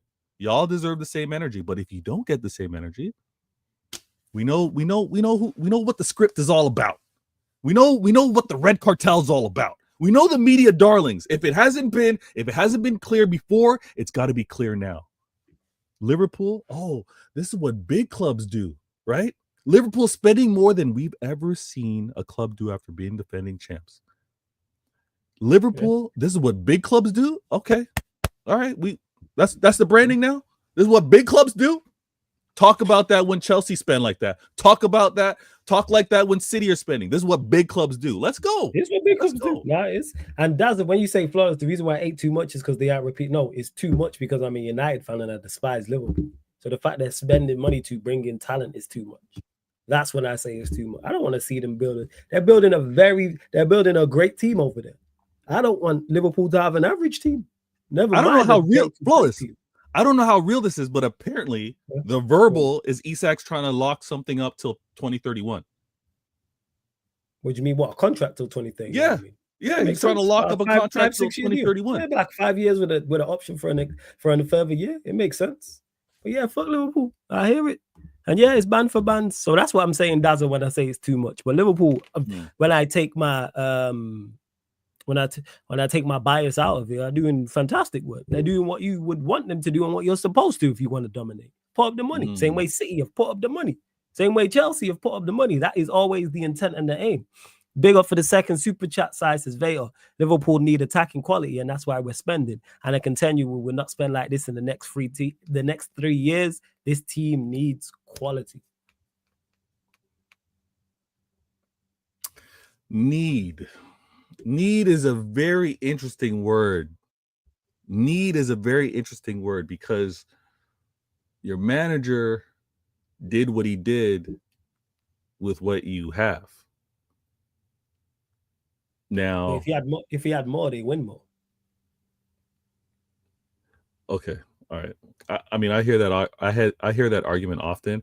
Oh, if he had different players, the results of losing 1-0 or 2-1 or whatever it may be would have been different. That's fine. I don't really do that Marvel what if game in terms of if he had better players, because the players at the time in terms of what he decided to have all have a consequence as well, right? But if you guys go out, and again, I have no issue with the spending. I had issue with how you talked about the spending or how you reference City and Chelsea when we were spending. I got no problem with it. So you go out, you do this for this year, you don't do it for the next 3 years, which again, I think you're gassing as well, because Liverpool have spent every year, even under Klopp. The reason why they didn't spend was because you did bring in a new manager, and I rate it. The manager said, you know what? Don't get triggered, please. Liverpool fans, don't get triggered. But I think Slot came in and said, wait. This kitchen with these ingredients, these appliances, this manager wasn't able to cook with this? Nah, you don't have to give me anything new. No, I'm calm. I can make this work. I think the manager was like, I can make this work because there was a wealth of talent, obviously, at Liverpool. Some of you aren't going to like this, but it's real now. We can't ignore it. Klopp underachieved. I think that's fair. I think everyone accepts that Klopp underachieved. Liverpool fans, they didn't want to accept it, but it's clear. I would say he underachieved. I think so. So, and underachieved to the point where he had a Prem winning team. Okay, that's the level of underachievement that we're talking about. Because go on. Because Slot, another conversation just popped back up in my head. With an addition of Chiesa, come on, he added Chiesa and won this Prem comfortably. Klopp wasn't showing anywhere near signs of winning this Prem. So I rate what Slot did in terms of like, no, I'm gonna make these ingredients work. I'm calm with it. Now I think they continue spending. Maybe you're not gonna have record transfers. No, maybe you don't do that, but I think you still spend. You still re-up, you still fix up. Whoa, Endo's not good enough. We're gonna get him. We're gonna get someone else next year. I think you're gonna continue to do that. It's not gonna be y'all spend like this and then you're on a drought for 3. I'm not believing any of that. Liverpool, y'all have never moved that way. Never. What was the conversation that sparked? Nah, it sparked because you mentioned there that Klopp had a Premier League winning team and fell short in the Premier League against Manchester City. And we was having a conversation on Hassam's channel with our friend Souls, and we were talking about Arteta and him falling short. He's interested out that, and I was stating that even though he's going up against great competition, if you fall short, you've underachieved, or in Arteta's eyes, failed. It was just interesting, that's all. It just came back to me. Even if you're facing a quality side, which Klopp he was up against an absolutely extraordinary Manchester City side. Some of the best Premier League sides we've ever seen. Flawless, but the reason why that argument kind of falls through a little bit is because, and again, Liverpool fans, y'all hate when I say this. Klopp didn't get tired. Klopp didn't leave this Prem because of my man Pep. My man Pep was been doing this to him. My man, like Klopp was waking up knowing I'm gonna finish second to Pep. That was calm. That was accepted. He's like, I get it, because he's been telling you guys I can't compete with City. They got no ceiling. They can do whatever they want. He accepted that. It was cool. What really hurt Klopp, what broke him, was finishing second. Or sorry, not finishing second, was finishing third. Klopp finishing third. That's the level of underachievement that we're talking about. Okay, he didn't win the Prem. but he had a Prem winning team. And that Prem winning team fell, not second place, fell to third place to Arteta. That's the underachievement that Liverpool fans, y'all got to accept. Now, yeah, he fell short 1 point a few seasons ago, but I'm talking about this team currently constructed. This Liverpool team were good enough not to finish third. Let's be real. So, massive underachievement because he lost to a novice manager. He lost to a team that aren't as good. If you want to go pound for pound, player for player, they weren't as good as, listen, Liverpool are way better than Arsenal. Let's not even joke about that. If you're going to do best buy position, that list falls on Liverpool. Easy. Not even their best player at Arsenal is better than Liverpool's best player. So we got to chill on that. Squad for squad, Liverpool are better. And that team fell short to Arsenal. That team fell short to Arteta. So that's what broke Klopp. That's what broke him. And Slot came through and was like, nah, I'm gonna make this work. I'm better. I'm currently better. No disrespect to Klopp as a career, but Slot bet on himself and he's like, I'm currently better. I've got tactics. I've got a vision to get the best out of here. So they're gonna invest and they're gonna be dangerous. They're gonna continue investing in Slot. I think Slot has the black card, whereas you know what? FSG was like, I don't Klopp, your credit rating. They did try and spend big. They just got pipped to players, though. Because they did try and sign Caicedo for big money, remember? They did. Right. Yeah. Well, it wasn't to this level, but yeah, you're right. I hear you. And what are your thoughts on this? Manchester City are suggesting incomings are now complete for the summer, saying that there are no plans to bid for Newcastle's Tino Livramento and no ongoing talks around the right back. That's from @Jack_gone. So not sure how reliable that source is, but your thoughts. Would you be happy if the business was concluded, or do you need to go back in the market to compete with this juggernaut and climb the mountaintop that is Liverpool Football Club? When I see spending continuing, I want to at least try to keep up with the spending. So Liverpool lost Trent 12, right? Trent 12 said, doesn't mean more. I'm leaving Liverpool. Let me go to Real Madrid. They lost Trent 12 and went out and got Frankpong. And it's not a like for like, but they're like, let me at least get quality. It's not going to be the same type of player, but let me get quality. They also improved on a player that, they got the job done last season, but Robertson obviously is not good enough long term. They went out and got Kirkes, and Kirkes is quality. I rate that as well. Mm-hmm. I think we need to shore up our defense more than anything, because I'll put my attack up against anyone. Erling Haaland? Someone said you have the top 2 attack in the league and at least top 3 midfield in the league. It's just the defense that's the problem. Yeah, and I think it's actually a position. I think we need that right back. Now, whether we go out, and again, like I said, negotiations can happen in many forms. Sometimes you do the negotiations in the press. Sometimes you say, you know what, I'm not interested in any of that. You know what, we're pretty much done. We've got what we need. But from all signs over Newcastle, it looks like a dumpster fire over there. It looks like people are upset. Players don't know what the future is all about. Mm-hmm. And if they're going to lose their star in Isak, right, then a player like Livramento, maybe a player like Gordon, maybe a player like, maybe even with regards to the midfield, because there's a lot of rumors with player exits potentially. If Livramento is looking around and being like, well, Isak's out of here, it doesn't look like they're going to be able to actually bring in the talent for us to really kick on again. Maybe I do. How many chances do I get to go to City? Right? So us saying we're not looking for a right back might make him a little antsy, and maybe there's a little pressure there. But if my club were to say, you know what, we ain't signing nobody, and we're going to have to make it work with Mateus Nunes, we're going to have to make it work with Rico Lewis, we're going to have to make it work with Kosanov, I'm going to be like, all right, bless you. That's going to be our vulnerability. If I'm looking at a spot on the pitch and it's like, where am I vulnerable? Does that cost you the league title if you don't go and sign a right back? Is it that detrimental? Is it the difference in your opinion of winning the league or not winning the league? Oh, not win, and on top of that, not winning the league or not winning the Champions League. Winning the Champions League or not winning the Champions I League. think it really hurts us in the Champions League. I really Champions do. League more so. Okay. I think it really hurts in the Champions Music to League. my ears, like that. Yeah, this guy. When it comes down to the league, Yeah, because you wish United nothing but the best. Sorry, go on as you were. what?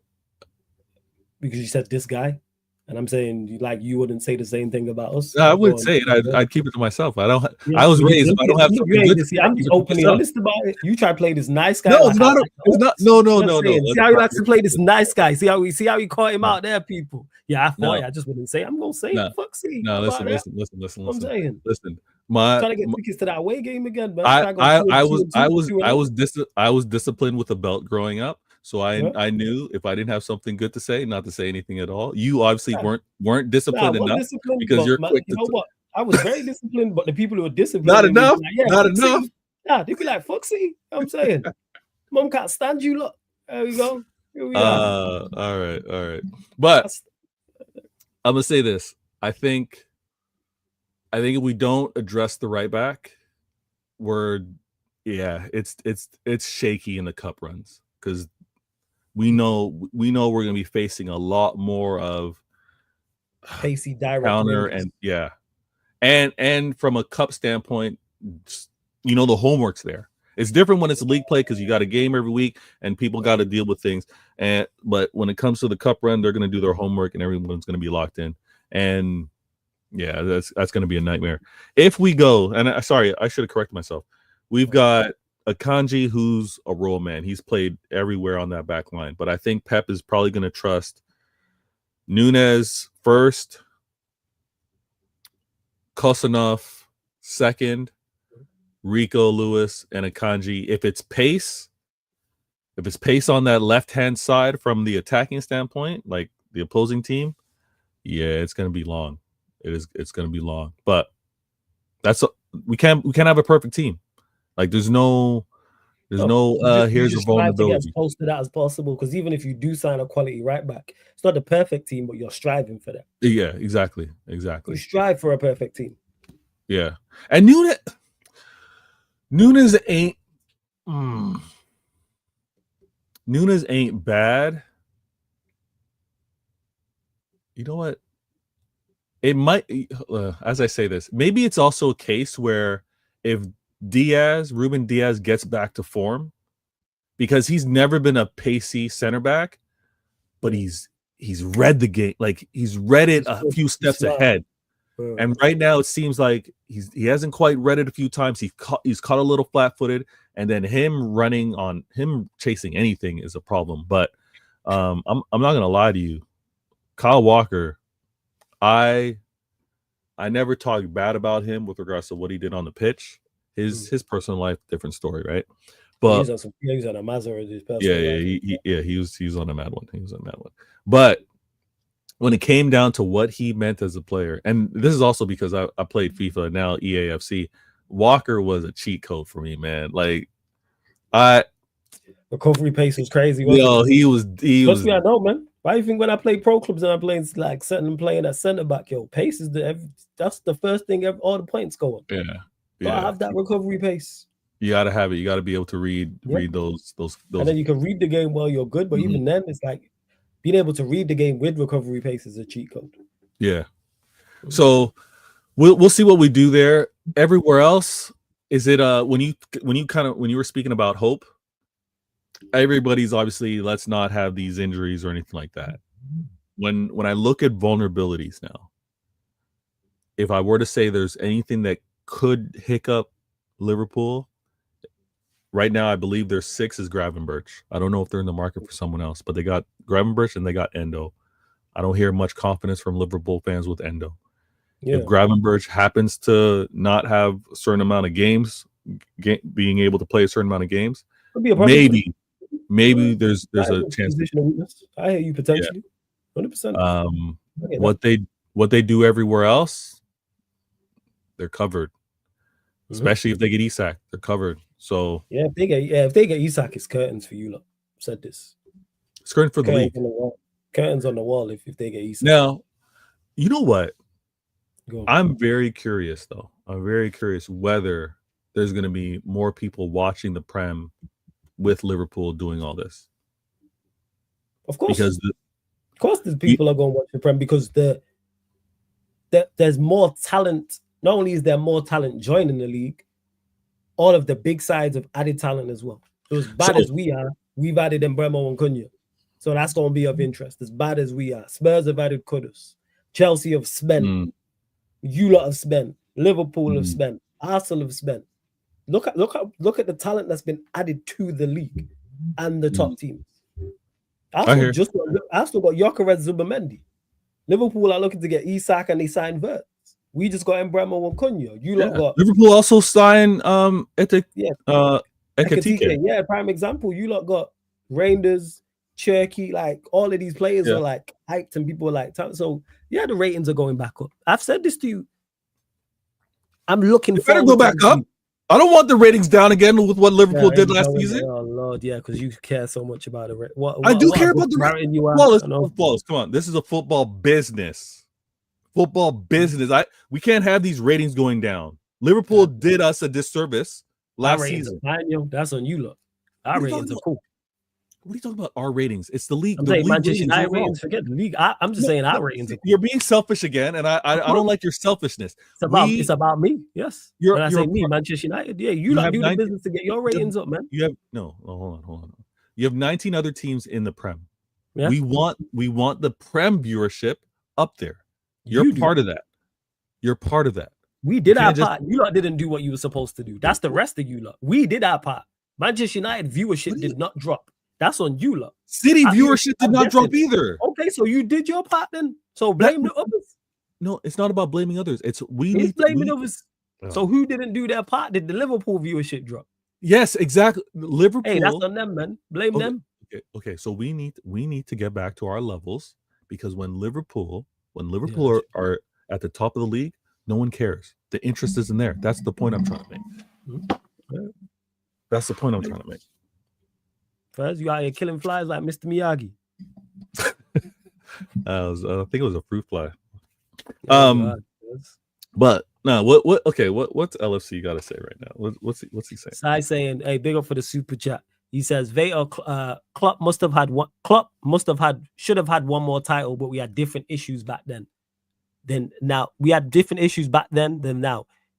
Klopp's time, if FSG would have spent more, we would have won more. I blame FSG and Klopp. Sai trying to make it look like I can't read. Yo. Hey, Sai, man, use your punctuation. Sai just setting me up here, you know. Listen, He's basically saying that he blames FSG and Klopp. If they would have spent like this with Klopp, they win more, is what he's saying. I do agree with that. No, that's sitting on the fence. Of course, you're going to agree with that. Flawless sitting on the fence. How is it sitting on the fence? It's sitting on the fence because I blame FSG and Klopp. No, okay, you're going to blame both. No, blaming both is sitting on the fence. One, because they are both to blame.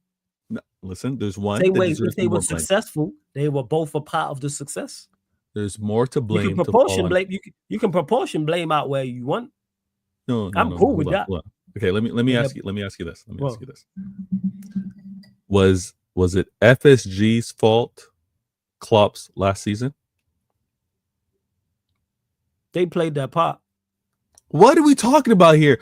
They didn't equip him. They didn't equip it. I go one further. Is Klopp more to blame for them Liverpool not winning more? Yes, but the FSG are not blameless. I'm not I'm never gonna. It would never be a blameless combo. You know me. I wouldn't do that. Yeah. So how is that sitting on the fence when I'm saying because it's sitting on the fence? Okay. Let me. Well, even though Klopp's more to blame. But FSG, I know you love owners, man. Again, you got this thing with ownership. I don't get it, but go on. Okay. We're gonna keep you have, like I say, man. Word to Cat Williams, man. You got this unhealthy attachment to losers, but go on as you were. Whoa, that's rude. You do though. You know what I'm saying? These ownerships, FSG. How are you calling FSG losers? Glazers, what's going on here? Etc. I'm talking about like from an overall perspective. Well, yes, we're dealing with this conversation right now. Okay, so I go one further. FSG should have won more. And if they move properly, they would have won more. They have 2 Prems and 1 Champions League in however many years. If FSG had Slot instead of Klopp, they win more, is the point I'm making. So make the move on Klopp then earlier then. If that's the case. If that's the case, if it's that's nasty work, Flawless. That's nasty work. You want to win or not? Getting rid That's of nasty Donnarumma work. after you've just won a treble and signing his replacement before you get rid Alright. of him is nasty work. Chat, This you is see how this cutthroat man's business. moving right now? This You know man's why? saying Because this is cutthroat business. You and all this nicey stuff. This is not All right. friendship. We are Okay, not so- family. This is all right. elite level Okay, sport flawless. where you are cutthroat. All right, so let's You acting just like them do are the this. brethren. I'm just saying the way you're speaking, chat, and I hope it was clear in 4K. It's ultimately, cool. Get your workout in, man. No stress. But it's all ultimately, good, yeah, bless. Ultimately, it falls on the manager. You heard from Flawless, right? Yeah, the agree. FSG should have got Slot in sooner. So at the end of the day, it falls on the owners. To you, because you're saying if Slot, what you said to me, I'm responding directly back to you. You're saying that if Slot was in earlier, they would have won more. So therefore, get Slot in earlier. Yeah. So I'm using what you said to me. You just back Klopp properly, and you do more. No, but here's what I'm saying. Klopp was backed properly that's because where we disagree. But Flawless, the only player that joined Liverpool last year was Chiesa. How are we not saying that was Klopp's fault for not winning, for not doing more? That's the point. I'm in agreement with you. Okay. So let's leave it at that right now. Just for that point. Want to protect the FSG? No, I'm not. It's not protecting the FSG. Obviously, you said FSG are to blame and Klopp are to blame. That's cool. I want to emphasize, and when we want to talk, and Saya, when we want to talk about last year, Klopp's last season, that poor performance, that finishing third, that is on Klopp, because a finishing third club went and won the league the next year with no new signings. So that's why when we want to kind of do the blame game, I'm saying, Klopp, this is falling on to you the last 2 seasons. Now, if you want to go the season before that, when he had to go out and get Gakpo or whatever signings he went and got, I get all that. I ain't you on that. Okay, I get all that. We in agreement on that. Klopp should have done more. Yeah, I've said this. Now he should have won more, but it's not solely on him. Is he more to blame than FSG? Yes. But yes, agreed. But now what we can't do. Yeah, surprised you agree with that. we can't go and say that FSG should have been spending like this. Not necessarily like this. Just back him more. Okay. Now I'll agree with you. FSG should have never listened to Klopp saying he's happy with the squad, or he's happy with this midfielder group, or he's happy with the attackers. They shouldn't have done that. So they shouldn't have listened to Klopp. So again, I'll agree with you. FSG are wrong because they shouldn't have listened. No, shot at FSG, but stuck in a shot. You're a clever guy, man. Man took a shot at FSG, yeah, criticized him, but made sure that Klopp got caught in the crosshairs as well. I'm with you, man. Fuck Liverpool. Fuck FSG. Fuck Klopp. I'm with you on that. Now, I'm with you on that. Yeah, man. Make sure you lot wrap them up this season. Otherwise, it's long for you. Flawless. Make sure you wrap them up this season, man. Like Sai said, he's in the gym right now. I'm doing the same thing. I'm getting my fitness up because it's going to be a grueling season. It's going to be a grueling season. Need to get like you and Simon and get in the gym. You know what I'm saying? I see you over there. You know what I'm saying? Listen, summertime, hey, guns, you know what I mean? Ladies, you got to do the curls for the girls. You know what I'm saying? You got to do the curls for the girls. Now, when it comes down to this summer, we got to be ready. All of us have to do our job flawless. All of us. Go on. What's this? What I got? You always trying to rope me into some work. Go on. What gotta do? Go on. We all have to take our shots at Liverpool. Oh yeah. Come on, I'm front and center for that. Okay. Yeah, I got you on that. So when we won't do this on this show because we're running close on time. But we got to go. We got to look at the fixture list, and if it's City playing Liverpool 2 games before, City got to make that game grueling. And then if the next game happens to be Arsenal, we got to wear them down. You know what I mean? It's got to be a concerted effort because the way they acquired all this talent, it's the only way we can do it. It almost like Endgame. We got to take these shots at them and wear them out. Liverpool are going to be that deadly. They're building such a squad, and if they got Ekitike, and if they got Isak, and they've already got Gakpo, they've already got Mo Salah, they're going to be too much to handle for one club. So we got to do it by committee. I hope I hope you do your part this year. I always do. When do I not crash it on them? It's true. It's true. Y'all took a draw off them last year, right? Yeah. We drew at their place. Yeah, we drew at their place. We got to do better. We got to do better. To clarify what he says, you man trying to unite like Avengers in Endgame. I despise both these teams. I just want to see blood. That's what it is with City and Liverpool. No. Whoever misses out, I'm crashing on. So whether it's you lot, whether it's Vader's lot, Arsenal are gonna be in there. Is second and third. I am crashing on. No, but the thing is, okay, we were like an enemy, like Ultron. All right, that's soft, but Thanos is different, right? Kang is different. This is what Liverpool are doing. This is a different level of fight. Let's make them the evil. Yeah. This is what we got to unite to deal with, right? Different level. They're doing too much over there. These record signings is crazy. Don't worry, man. I'm gonna talk to Pops is in the chat. Make sure you subscribe to Beijing Reds TV. Subscribe to Vader's channel as well. Crossover's gonna happen, people. Don't worry about that. Man. Maybe. The crossover's gonna happen because Vader's a man of the people, and the people want it. Hey, chat, let me know. For those that are regulars here, will know I do the United City show that's on right now. I do the Beijing show with Pops and Barnes. I've done one of the crossovers before. Do you not want to see that crossover? Do you want to see Mandem City, the Beijing show crossover, people? You want to see Mandem United, Mandem City, and Beijing Reds TV, that crossover? You don't want to see it. Like it's him speaking about Marvel. You don't want to see that. Let me know in the chat if you don't want to see that. Let me know. I know Pops does. Yeah. People, we did one before. See, look at the chat saying it. Kingsman saying yes. KJS saying you must. Sai saying definitely. They want to see it. I want to be there for it. We're going to make it happen, people. Don't worry, man. You know what? The problem is... why not? See, Mike saying the same thing. No, Mike. The reason the why not is, let me give you the why not. Is because the facts that I would bring to the crossover, right? I'd put a mirror in front of Pops and Barnes. I'd put a mirror up, and there's no escape. Like they would know, and unless they're going to be fraudulent, but they would know that how they were carrying on. They deserve to, whether they do it or not, they know. Oh, listen, my bad. Lex is another one. I put the mirror up. In front of them. And they know. Lex is another one. Oh, you think, listen, Lex Dunce he's not having me on the show, or if he has me on the show, he's kicking me off. So we talk about scared. Let's not do that. But I'm going to put the mirror up because, listen, between Lex, between Barnes, between Pops, YouTube's a beautiful thing. The way you guys were talking about clubs doing it before y'all started doing it, y'all deserve to apologize for that. A real man's going to apologize. That's all I'm going to say.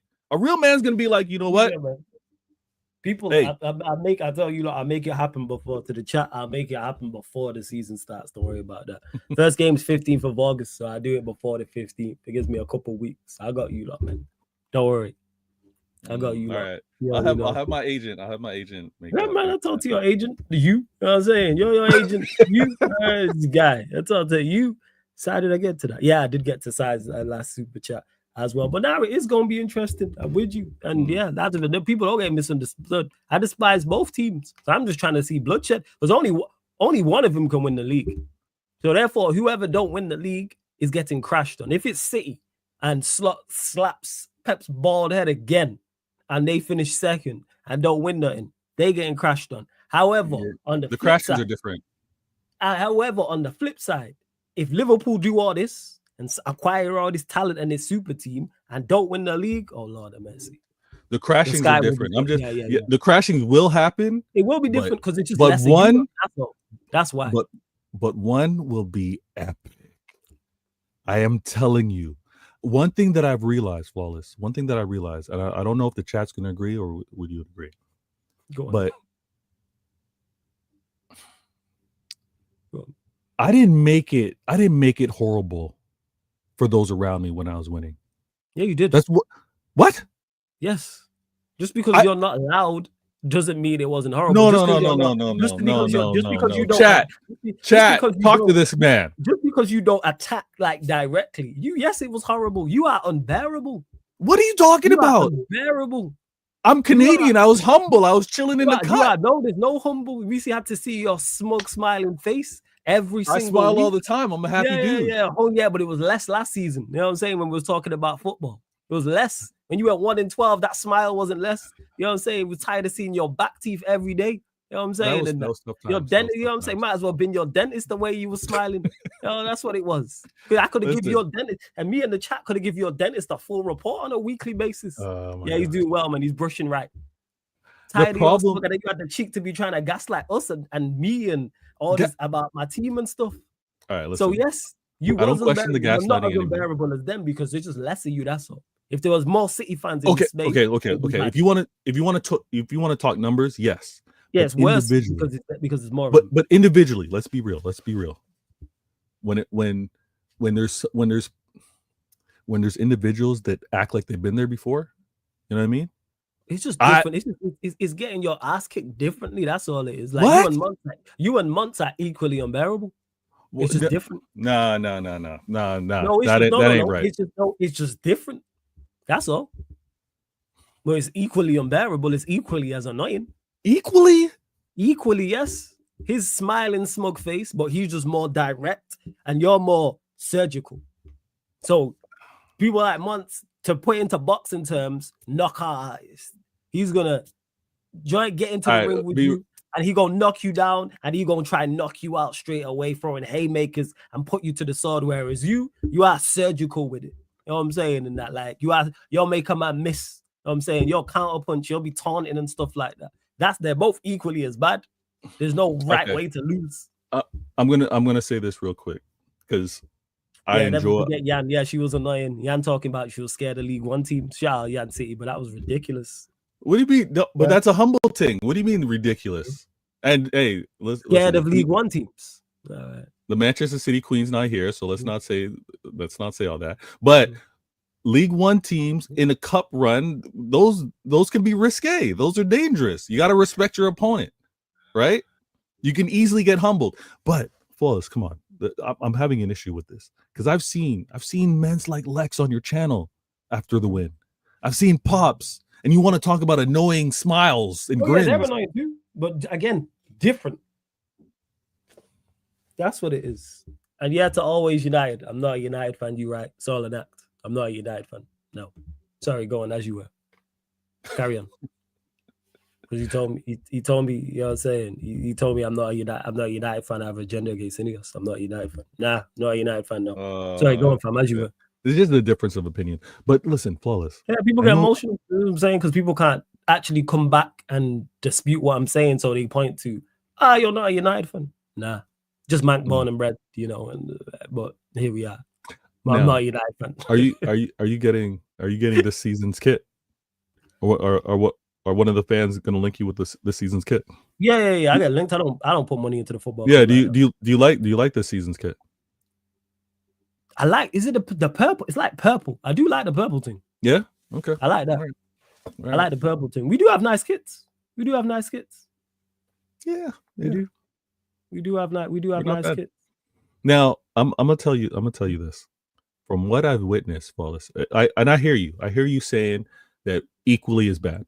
Okay, you saying that how I was carrying on for some people, it may be different, but yeah, equally is bad. How I was carrying on because I think obviously we were doing the show, or we were linking up when it was, you know, we did the treble run, obviously the 4-peat in this past season. You know what I mean?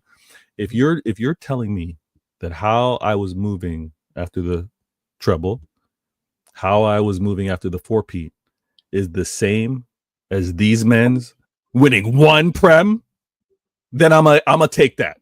If what I was doing was equally obnoxious after a treble and a 4-peat was to them winning one, I'll take that all day. Because they ain't the same. They ain't the same. I'm moving like a man. I'm moving like a man that won a treble. Well, it's only you and I won a treble. That is true. And if I was carrying on, Flawless, let's not do that because we weren't really talking like that. No, we weren't really talking like that. So you don't know. You think I didn't tell you? Didn't see your tweets and you in spaces and stuff like that. Yeah. No, I'm just saying. But those before I approached you to do the show, I already knew about you. Cause I seen your tweets. I was like, I like this guy. I'm like, yeah, piss taker, but I do like him.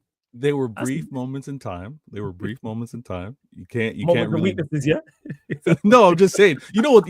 Listen. You know what the Twitter game's all about. But and often, and even from back then, I've been like the equalizer. I don't initiate.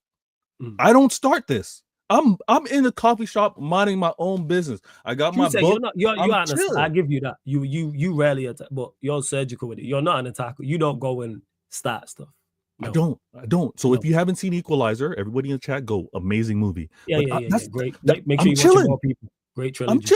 I'm chilling. I'm just doing my business. But you do like to gas people up though. Like I see a wrongdoing. I got to deal with it. But I want to emphasize this, and this is why. Listen, when Flawless said that I'm surgical, I took my time with it. Hopefully y'all saw the scheme that was being developed. But we got Lex, Pops, Barnes, Monts carrying on equally. Flawless's words, equally annoying. That's just me. Like I say, some people might. I hear it, but they might find them. I'm just saying. Yeah, me is but I'm cool. Let's use Flawless as a measuring stick. All right. Let's say that how he's observed and how he's seen, how we've been carrying on, how we've been speaking. If he's saying that I've been carrying on just like those guys, but the funny thing is, the difference is, I won a treble and a 4-peat. So how I was carrying on, deservingly so. If one would say, yo, his club just won a treble. His club just went and won a 4-peat. Oh, that obnoxious. That man always smiling. We get that. Now, for those 4 Liverpool fans that I mentioned earlier, they are carrying on like they did a treble.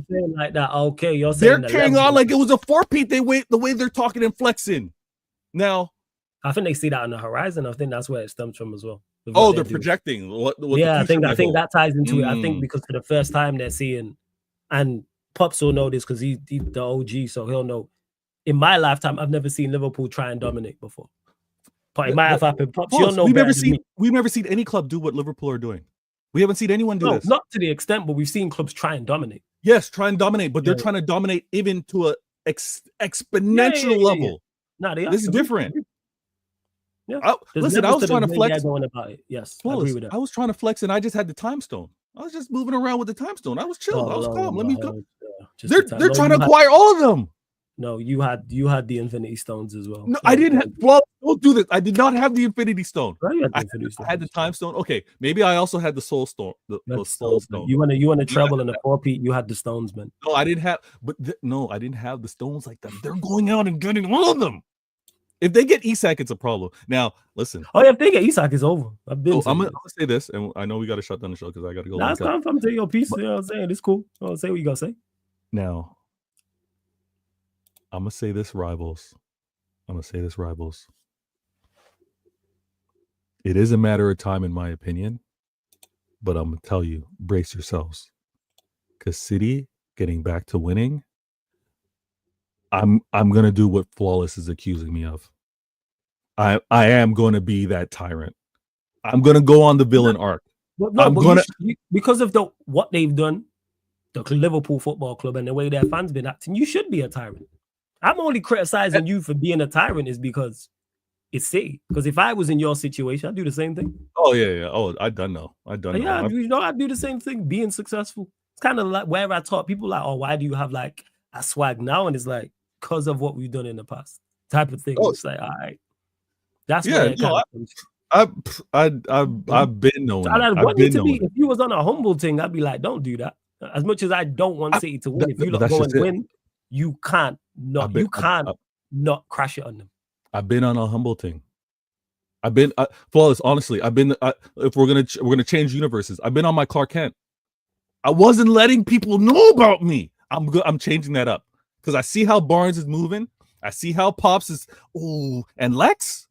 Ooh, okay. Nah. All right. This season's going to be epic. This season's going to be great. I'll let you work the behind the scenes details on the potential crossovers and anything like that. You already know, man. We'll get that done. And actually, before I get to this question from Sai, because I know there's new people watching as well. I forgot to star it, but someone asked about think was it KJS? Yeah, it was UKJS asking about the crossovers. People, I do them all like when it makes sense. So it won't just be City with the Bayesian lot. I do City with Arsenal, do Arsenal with the Yardman show, etc. The crossovers that make sense, people. There'll be two. Well, it's three, including Mandem United because I'm there. So it's Mandem United and then two other shows. But that's, for instance, it'll be the Mandem City show with the Bayesian show, for example. So don't worry about that, man. You're going to get all the crossovers you lot want to see, you're going to get. And Sai says, flawless, ask Vader, is his great manager winning the title this season? Don't talk about Liverpool. Just tell me why City can't win. Okay. Sai. I back my manager every season. Every season. You know what? As much as winning or losing, right? I back my manager. And I back my manager because obviously with what he delivered and what I've seen him do with players, I'm not going to say with a lesser squad, but I'm talking about how he's managed injuries, how he won the league with the false nine, how he actually revamped the system. And everyone said Pep doesn't want a striker, and what he did with Holland. I've seen all of that. I'm confident that he's going to be stressed nights, scratching, whatever, stressed. I'm going to tell everybody, if your manager doesn't have gray hair, ain't losing his hair, I don't trust him. I don't want him in my club. But I think Pep gets this right. I think he gets this right. Hopefully we get an additional signing. We can win the league, but it's like I said earlier, the uphill climb is something unprecedented. It really is. Like when Pep does this adds to his legacy. I'd say that much. And there's not much that Pep can do that really adds to his legacy because it's already so solidified. But if he, whether they sign Isak or not, either or, if Pep beats City, beats Liverpool to this league, that's something to add to his resume, and you go, hey, extra special. This currently constructed Liverpool, and sorry, I'm gonna answer your question. This is why he would get the ratings for it. I'll say this every season, especially this one. Pep was good enough to win the league. I was confident that we wouldn't win the league last year. Now, how the league played out with no Ballon d'Or, with the injuries that we had, we fell short. We weren't able to do it. But going into this season, I'm confident that we can do it, but it's going to be an incredible test. And when I say it's an incredible test, I think you would agree, Sai, you guys are favorites for what you've done in this window. And you're already going to be favorites for how you finished the league last year.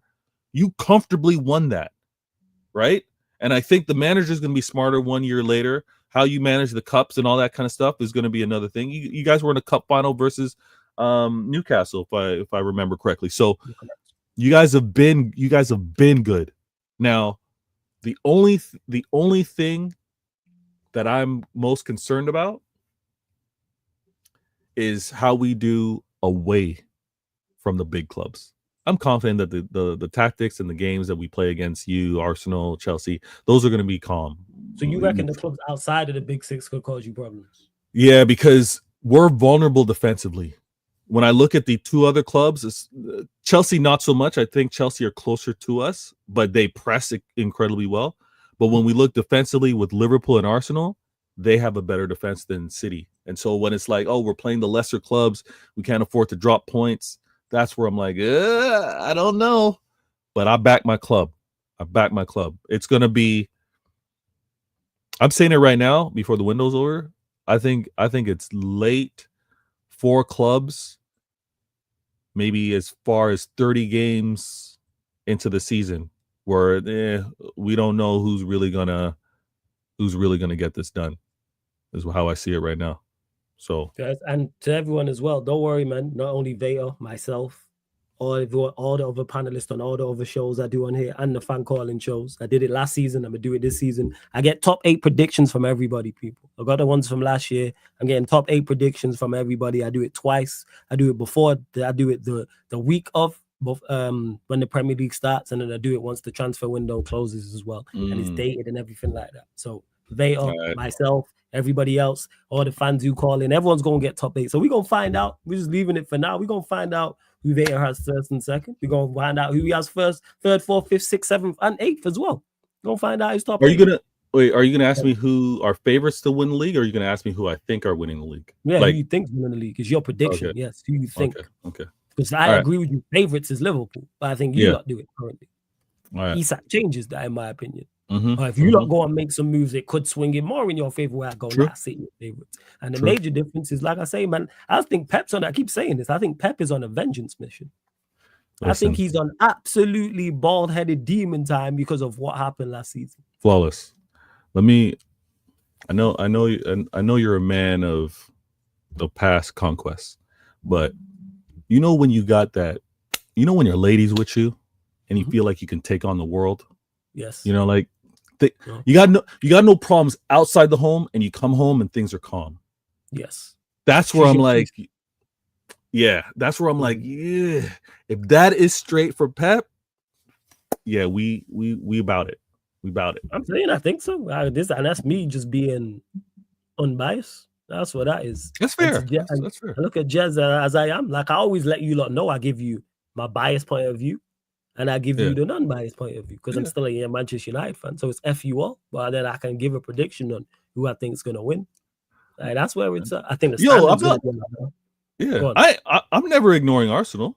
When did I say I was ignoring Arsenal? No, we know you because you're a gaslighter. But anyone outside of Vader and it's only Vader and Arsenal fans who are giving Arsenal a chance. And what's crazy is Vader ain't gonna pick Arsenal first, and the only people that are in their predictions that are gonna put Arsenal first is Arsenal fans. So why are we ignoring Arsenal? They don't have a chance. No, they don't. Just no, they're not winning. They don't have a chance. No. All right, let me go further. Slim to none. Oh, because of what we're seeing Liverpool do. Not only because of what Liverpool and Manchester City do, and the manager's their problem. I've said this. Okay. I think the Arsenal team is good enough to win the league. I think there's enough talent in the team, in the squad. Yeah. So the addition of they just got a striker. So yeah. Gyökeres is a great signing for them. Absolutely. Yeah. I think the issue is the manager. If they had a serious manager, they got a much better chance. Okay. Do you think same belief in terms of a cup run? If they had a better manager, yes, because the team's there. Wow. The team. Well, we'll do predictions. I won't do any spoilers, but I got them winning something this year. I got them winning something. Yeah, I know you probably got them winning the Carabao Cup or something. I hear you. Yeah, exactly. See, I know this guy well. That's not what it is. You ain't got him winning nothing significant, man. You ain't got him winning no major. You ain't got him winning Wimbledon or the French Open or the Australian Open. You got them winning some ATP Masters or something like that in Japan. That's what you got. I'm saying some OGE Masters in Dallas or some shit. I know you well enough. And for those that asked about this, so this is the United. Like, this was the preseason game. Yeah, this is it, right? Nice. Much enthusiasm? What do you mean? I don't know. I don't know much has been. I don't know much of what's been going on with United. So you seen it. So yeah, this is the United lineup. People are putting in the chat. Okay. Keaton in goal. Euro, Maguire, Shaw, Dalot. Nice. Who's? Oh yes. Wait, is Ahmad in the 10? So Euro, Maguire, and Shaw are the 3 centre backs. Okay. Dalot. Dorgu are the wing backs. So I don't know how he's playing this. Casemiro and Bruno centrally? Yeah, but then where's Ahmad? Because Bruno and Mount are the 10s. So who's the... Hey, chat, let me know. I don't even know. But in regards to it, people, this is the team. This is not that far enough, people, away from... He's just experimenting. Don't do that, folks. He's just experimenting. No. Experiment. This is... No. Don't hit us with the experiment. That's all we've got. He said, and Bremel's not ready yet. Cunha's fatigued. Xerxes not there. Oh, okay. Well, that's the best you have available. Yes, so it's not experiment. Okay. That's the best we have available. Oh, that's the best you have available. But fully healthy. But fully healthy. You know, he switches up. Maybe he puts Xerxes on there instead of Højlund. He probably drops. Someone explain. I don't know what this is, people. I don't know what this is. I don't know who's playing where. Who's the two? So who's in midfield with Cass? Bruno. It's Cass. Wait. It's Casemiro and Bruno. There we go. I know what it is. Casemiro and Bruno in the pivot. Ahmad and Mount as the 10s. And Højlund is the striker. Yeah. It threw me off because there's 3 wing backs on there. But now I understand. Because Dorgu, Ahmad, and Dalot are there. Now I get it. So it's Heaton in goal. It's Euro, Maguire, and Shaw as the 3 centre backs. Dalot and Dorgu as the wing backs. Casemiro and Bruno in the pivot. Ahmad and Mount as the 10s. Højlund is the 9. That's the one. Nice, I was just confused because it was 3 wing backs. Nice. What was the result? What was the result of the game? Do you know? No, it's kicking off in, I think, like 50 minutes. Oh, damn. Minutes. Okay, all right. Yo, why you got this enthusiasm? What is this? No, I'm gonna go check it out. I'm gonna check it out. All right, cool. This guy, I am not watching this shit. I'll have it on in the background. You know what I do? I don't watch it entirely, but I'll play it loud enough. You know, when you hear the commentator, you know, that kind of crescendo, the voice raise, then I'll glance over and see, and I can always rewind it. Yeah. But That's you. You can watch that. I ain't watching that. I've checked that out. Obviously, I had to watch my preseason Shaw tournament. Maguire, Bruno next to Cass. Maybe Mount in the 10, Hoyland up top, Mountain Hoyland. Is this Shaw's last year? This has to be his last year, right? This guy going to be, I don't know. We'll probably extend his deal. Flawless is stressed over there. Listen, everybody in the chat. Yeah, this lineup has. I'm just it's preseason. Don't be stressed. No, it's preseason. Don't be stressed. This is what we got. No, but it's an inkling into regards to this is not going to be too far away of a lineup that he plays in comparatively is the point. No, you're talking about there's 3 players missing that are probably don't play Lexi. It's Cunha and Bremo. That's it. Yeah. Listen, actually, let me tell. Maybe Maz. Where's the lit people? But anyways, there is actually more players missing than I thought. But it's just horrible. Not like, listen, maybe I'm doing my FIFA thing, but has Diallo ever played 9 for you guys? No, just 10 wing back. Okay. And obviously before the manager, we played right wing. But there is players to come back, actually, people. You know what I'm saying? Yeah. There is players to come back. All right, I don't like all this enthusiasm. This is preseason, no stress, just chill. I don't get the enthusiasm from you within this game. This is not what we're doing. Listen, the lit. Yeah. Come, my head's gone. You know why? Because we got this idiot manager still in charge. You got players. I like that. Listen, Flawless. We do have players to come back, yes, but this idiot manager still in charge is my major problem. Flawless is being low key. There's so much that could happen with this squad. There's potential additional incoming as well. Maybe you do go out. That changes everything. If you get more additions, of course, more additions changes everything. I like that. Listen, all right, but again, we got to be the correct, like going to get Cesco. Let me get to certain side. I get to this to Ahmed who says, we're cooking now. Ahmad, Cunha, and Bremo can cross. Cesco is the king of jump. All right, so you're saying Vavel is the boss that fraud Wilcox was pushing. Okay, Ahmed. So let me ask you, Ahmed United, what does Cesco excel at in your opinion? Attributes. What does he do well right now that you say he excels at? So on a scale of 0 to 10, you think he's 8 out of 10 or better at? Let me know, Ahmed. What does he excel at right now? I'm not even going to dispute it. I just want to know. I'm just interested. That's all.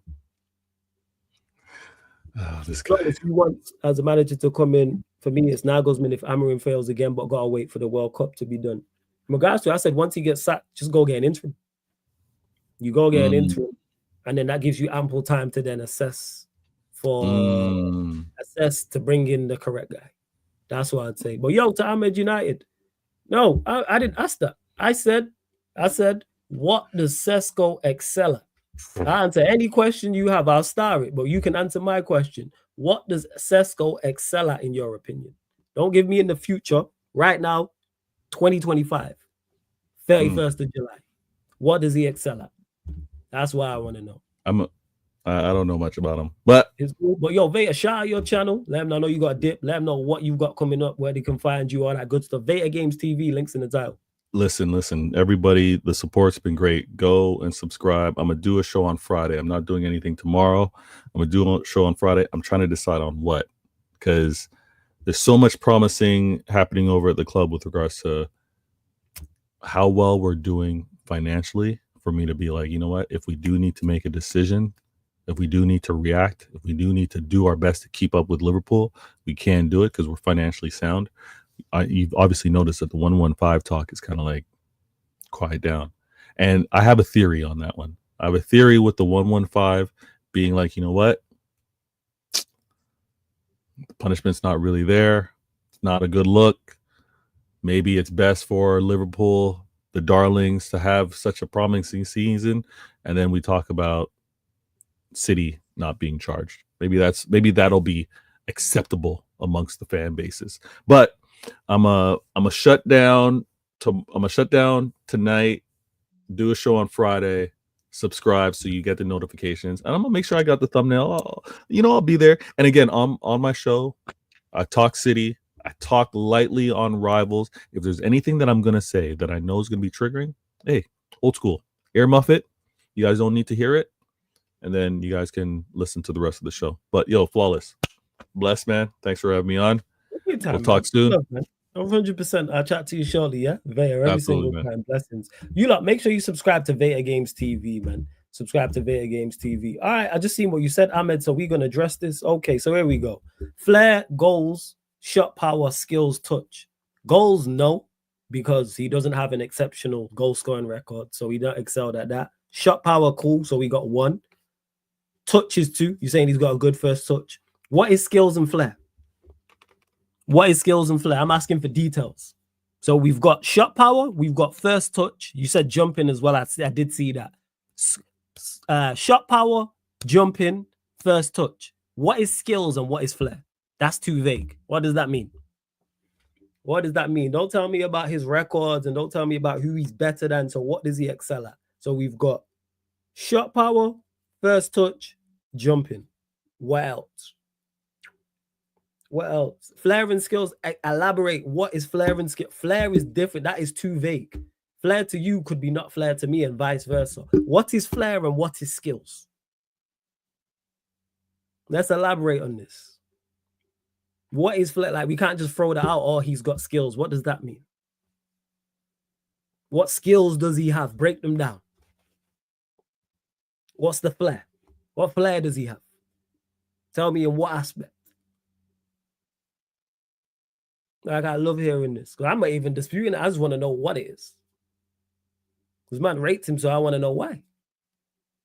I want to know why. Ahmed, don't worry about, again, you're missing the point. Don't tell me about Ekatike. Don't tell me about Yokerez. Don't tell me about no one else. We're talking solely about Cesco. We're not moving off this. So I'll ask you again. What is skills and what is flair? Ahmed, I'm not even against giving him a chance. Nowhere have I said he's bad. I'm just asking you to, like, see how man just want to jump in the fence. Nowhere have I said he's bad. Nowhere have I said I won't give him a chance. I've not said either of these two things. Neither of these two things, but people automatically assume. So I'll ask you again. What is flair and what is skills? Simple question. I've asked it 5-6 times now. So I'll ask it again. What is flair and what is skills? Please elaborate. Because you rate him. You're saying he's the best striker available out of the options. So tell me why you rate him. This is what I'm asking. Don't tell me about who he's better than. All right. So he can go past his man. What else? You can go past his man. Someone look up his dribbling percentage, please. And someone look that up for me in the chat. I beg. What's his dribbling percentage? So he can go past his man. So we got go past his man, shot power, he can jump. Link up. So he's a good link up player. All right. So he can beat his man. He's a link up player. Shot power, can jump. What else? And he excels at all these things, yeah? So he's 8 out of 10 at all these things. So he's 8 out of 10 or more at link up play. He's 8 out of 10 more at beating his man. He's got 8 out of 10 more at jumping and shot power. So he's exceptional at all these things. That's what we're saying. So let me ask you then, Ahmed. Oh, yeah, is there anything else, actually, before you said?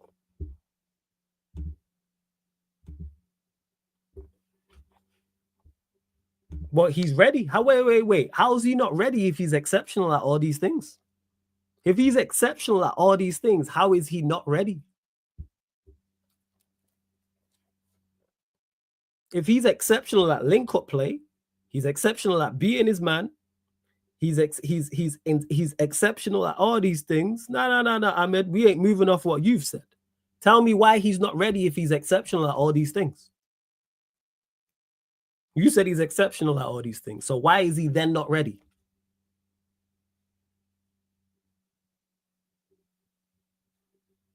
Is this good? You lot give me the average. 1 successful dribble per game, 54.9 take on 6. Is that good or bad in regards to it? So he's young. Don't matter if he's young. Why is he not ready if he's exceptional at all these things? Yamal's young. Well, he's exceptional at so many things that his age doesn't matter. Well, what are we talking about here? There's other players who are young. Don't give me the age. So I'll ask you again. If he's exceptional at all these things, why is he not ready? Because he seems to be good at everything according to you. You said he's good at link-up play. He's good at beating his man. He's got good shot power. He's good in the air. So why is he not ready? Nah. Don't tell me about we're not moving off topic. Don't care if he was Arsenal's first choice or not. I'm still going off your words. I'm going off your words. You said he's exceptional at all of these things. So if that's the case, why is he not ready? If he's that good, he should be fine. Why is he not ready? In your opinion? And someone pull up the other numbers in regards to the Bundesliga. Like, is that high? Is that low? Like, what's the rest for like other attackers? This is what I'm saying. Man even said he's got skills and flair like Zlatan, whatever that. I'm not sure what that means. That's why I asked. But if he's exceptional at all these things, why is he not ready? Again, Ahmed, don't care about all that. I'll ask the question again. If he's exceptional at all of these things, why is he not ready? Stop telling me about Arsenal and Newcastle and Gyökeres and no, we're talking about your words with Sesko. So I'll ask it again. If he's exceptional at all of these things, why is he not ready? Your words. You said he's not ready, but he's exceptional at multiple things. So why is he not?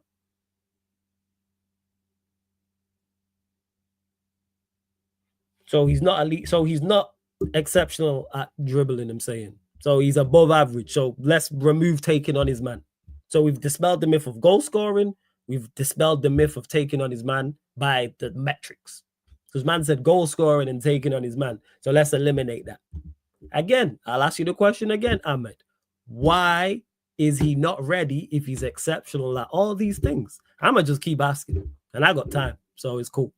I'll just keep asking the question. I have no issues whatsoever. Because we don't duck questions over here. I don't, so I'm not letting you. So if he's exceptional at all of these things, why is he not ready? It's a simple question. You said these things. Tell me.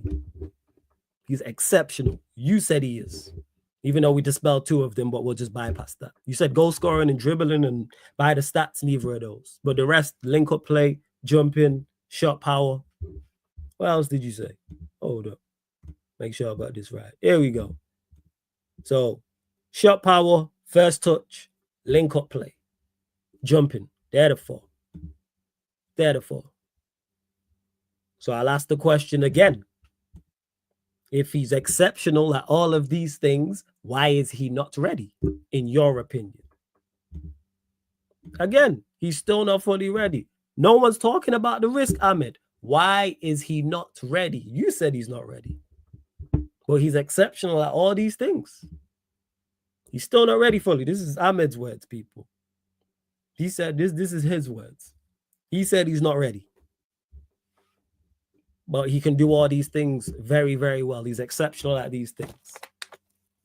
First touch. Bear in mind, I'm not disputing what he's saying. But I want to know why he's not ready then. Why he's not ready. So his goals, but you told me, wait, because he doesn't score enough goals. But you told me goals were exceptional. So why was it? That was at 153. It's now 203. So why in 10 minutes is his goal scoring now not enough? Please explain that to me. You wrote this comment at 153. You then wrote this at 203. So how in 10 minutes has his goal scoring gone from exceptional to now not good enough? Please explain that to me. I'm lost. Please explain that to me. I don't get it. You know what I'm saying? I don't get it. No, his goals was enough 10 minutes ago. You said he was exceptional at goal scoring. Now he doesn't score enough. Your words, again, not mine. You said these things. You typed these things, I should say. So why is his goal scoring now not enough 10 minutes later after having a conversation? Please explain. Don't worry, I'll wait. We got time.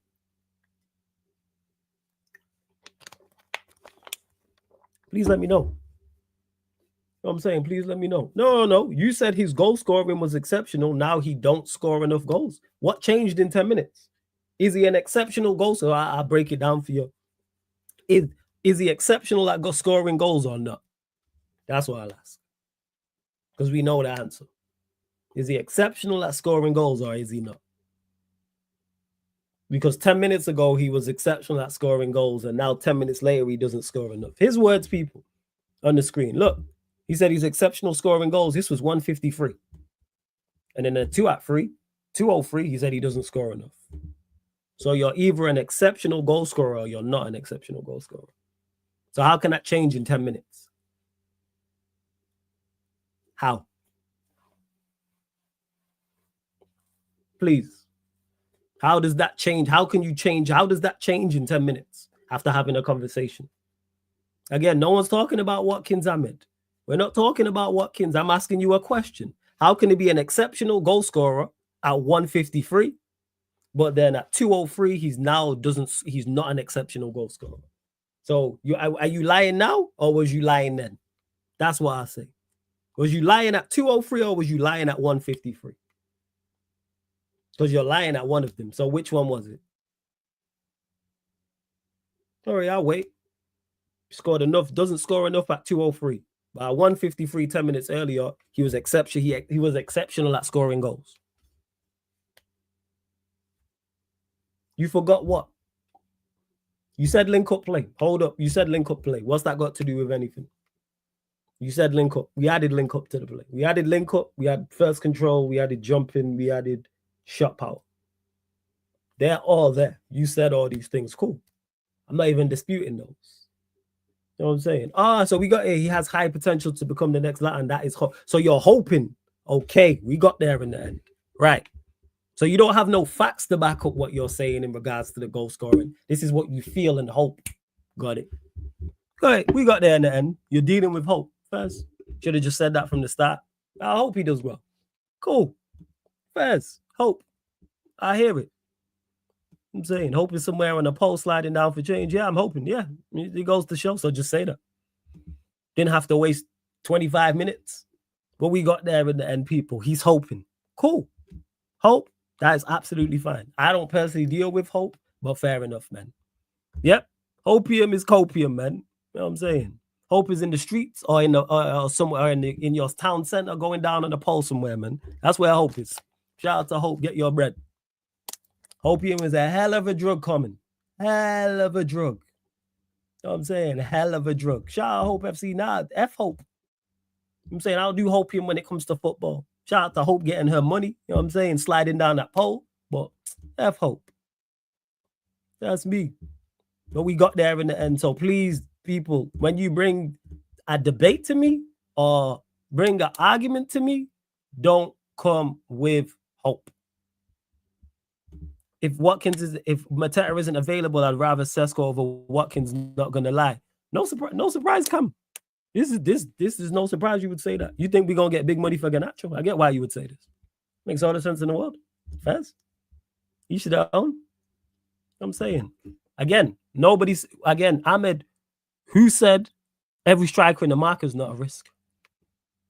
Who said this? Again, man just be making statements that nobody made. Who said this? Who said every striker in the market isn't a risk? I've never heard anybody say this. Please tell me and point me in the direction of who said this. I'm saying, no, Ahmed, answer my question. We don't just make statements here and then bypass it because you don't like the question. Every striker in the market who said every striker in the market isn't a risk? No, when I say 40 million is big money, I'm talking about big money. It's big money for a terrible player. That's what I'm saying. 40 million is big money for a terrible player. That's what I'm saying. That's what I'm saying. So, for instance, 40 million for a quality player, peanuts. 40 million for 40 million below average money. 40 million for a terrible player is big money to me. That's what I'm saying.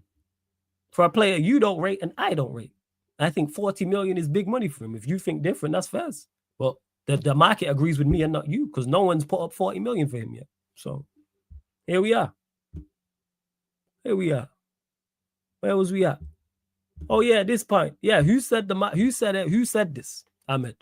Again, point me in the direction. What content creator or mainstream media Someone on socials, who said every striker in the market isn't a risk? Who said this comment? That's what I want to know. Who said this? Please let me know.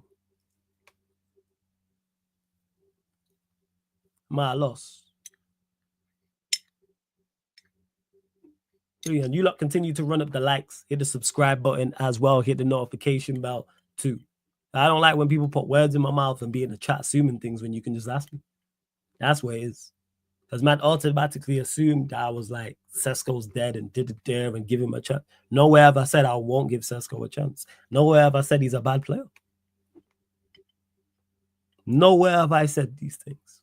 Because I don't think he's a bad player. Just to clarify. I don't think he's a bad player. I'm saying, you're saying, well, so why are you saying that, Ahmed? We stand on things here. I'm saying that. Why are you saying that? Because people just come in the chat, just talking for talking's sake. And normally, like more often than not, I'm just like, all right, cool. And then every now and again, I'm like, all right, let's have the conversation then. And then when you have the conversation, you understand there's no substance. Because man be saying that everybody. So why are you saying this? We're having a conversation and you're saying stuff to me with no substance. Why? I want to know why. Because everything I say, I can back up whether you agree with me or disagree with me. So, because every striker has become shit in the last 3 seasons. Every striker where? That's not the case. You mean at Manchester United or are you talking about overall? Because your argument's all over the place. 1 minute, Cesco's an exceptional goal scorer. The next 10 minutes later, he's not an exceptional goal scorer. So which one is it?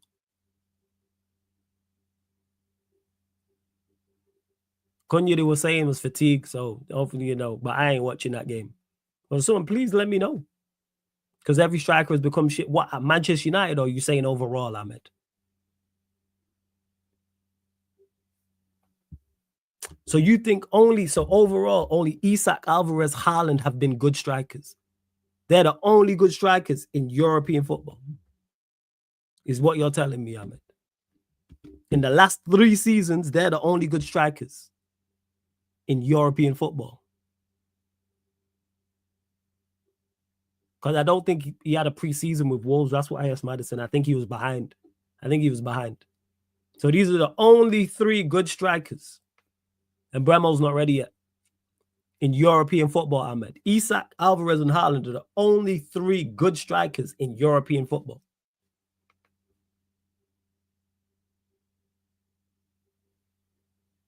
That's what you're saying.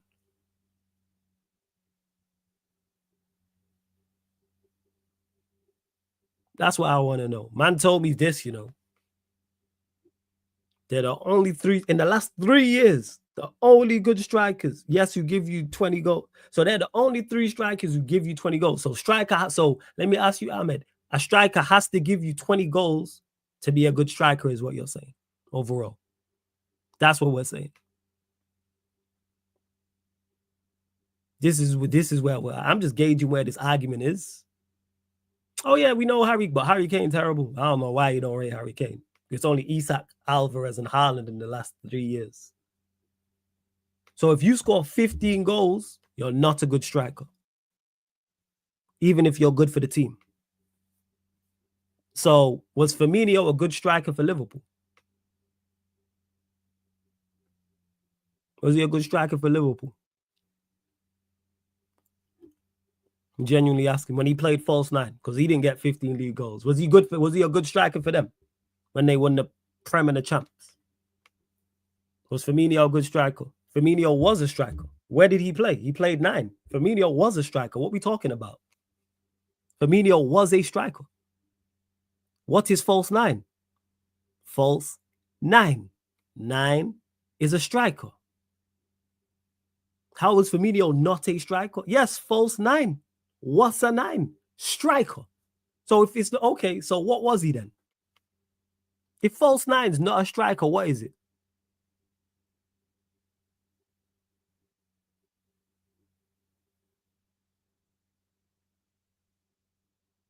Again, that's not what I said. Was he a good man? If he wasn't a striker, what position did Firmino play for Liverpool Football Club? If he wasn't a striker, your words, what position did Firmino play for Liverpool?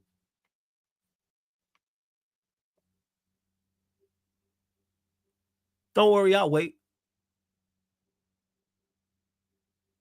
Because Firmino wasn't a striker, so what position did he play then? If he wasn't a striker. No. Don't hit me with my moosh. What position did Firmino play for Liverpool Football Club when he was there? If he wasn't a striker, what position did he play? Don't hit me with, again, other names. We're not moving off topic. If Firmino wasn't a striker, what position did he play for Liverpool? I'm going to just keep asking the question. I got time, so I ain't watching the game.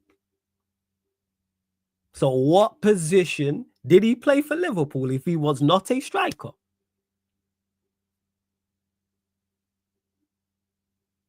What was he? Oh, so he played the striker position. So he played as a striker. Then, if you play striker position, you are a striker. We got there in the end. So he was a striker. So back to the point I was making. Was he a successful striker at Liverpool? Was Firmino a successful striker at Liverpool? Facts, no. Watch along for the United game, no. Was he a successful striker at Liverpool? Was he a good striker?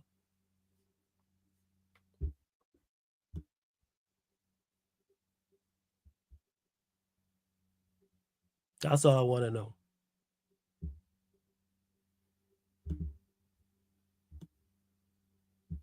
Was he a good striker at Liverpool? That's all I want to know.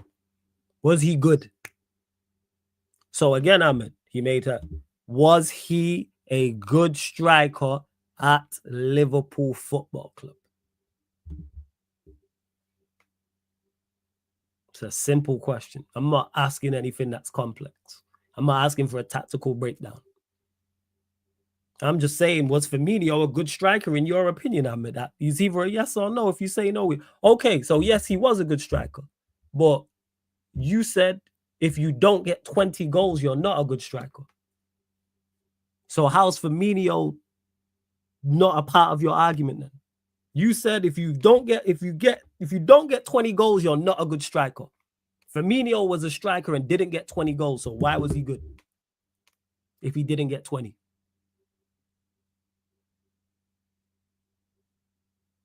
Please explain. This is your logic I'm using against you. You said these things, not me. You typed these things, I should say. Took us ages to figure out he was a striker, but all right. But you said all the strikers in the past 3 years were shit. And you have to have 20 goals. There it is. Yes, you give you 20 goals.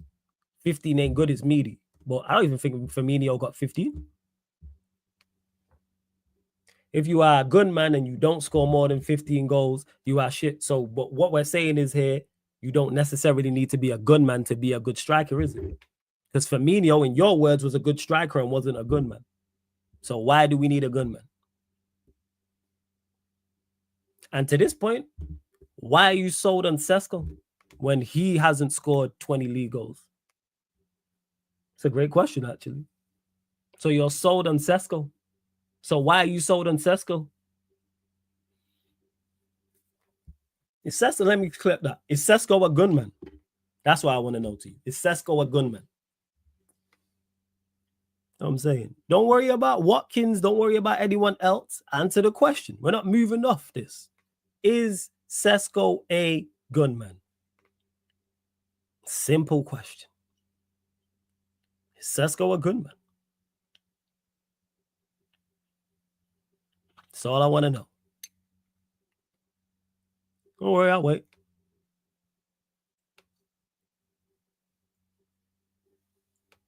Because we've established that you can be a good striker without scoring 20 goals, as long as you're not. So what is Cesco's a different gun? So how is he a gunman and he's not got 20 league goals? How is he a gunman and he's not scored? That's what I want to know. He's got 13. You got 13 and 14.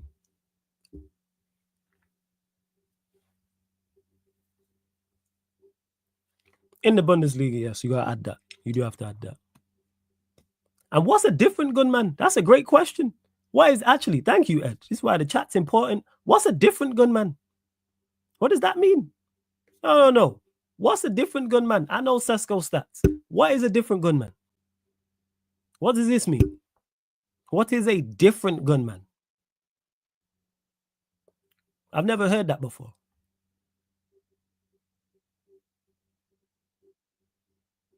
I don't know what a different gunman is. I'm trying to find out. What's a different gunman?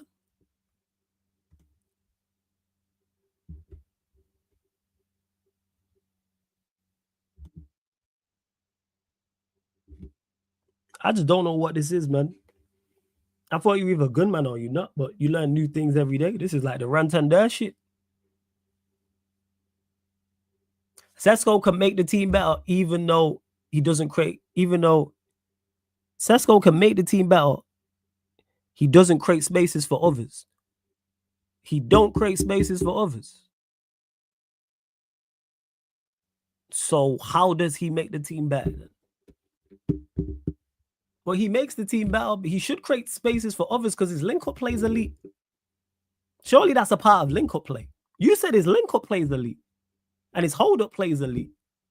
So if he excels at link-up play and holding the ball up, then how does he not create space for others? Please explain that one to me. I'm lost.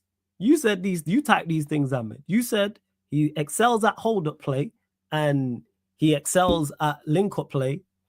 So how can he not create space for others?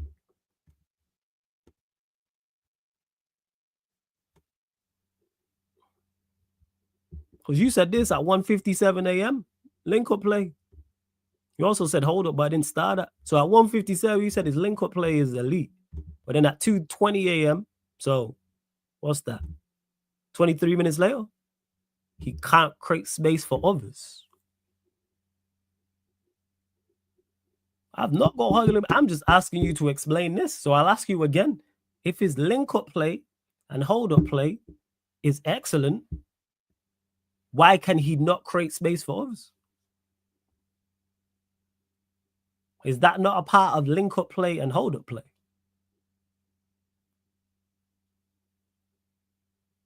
I'm asking.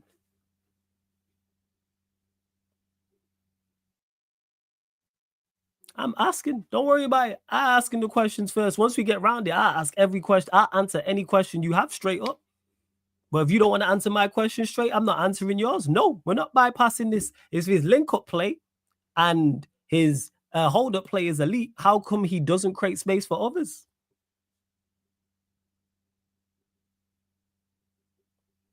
Answer any question you have once you've answered this, because this doesn't make any sense. How can you have excellent link-up play, excellent hold-up play, but not create space for others? You said here he doesn't create space for others. He made the team better, but if you create space for others, if you're excellent at hold-up play and link-up play, you create space for others.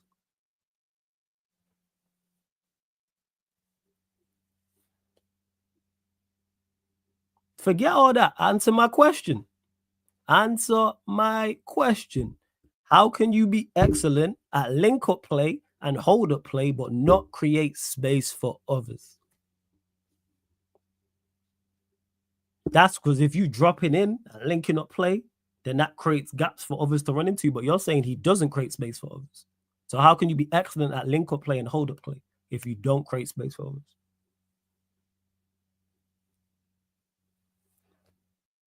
I'm lost. Please explain how that works. You literally said so. He doesn't score, create space. You said he doesn't create space for others. He doesn't create space for others. It says it here. I mean, if he doesn't score, he creates space for others. All right, that's on you then. First. So if he doesn't score, he creates space for others. Okay, cool. We got there in the end. So why not just say that? Go on, what question you got for me, Ahmed? We exhausted this enough. because you've already said he's not ready. But go on. What question you got for me? Let me know.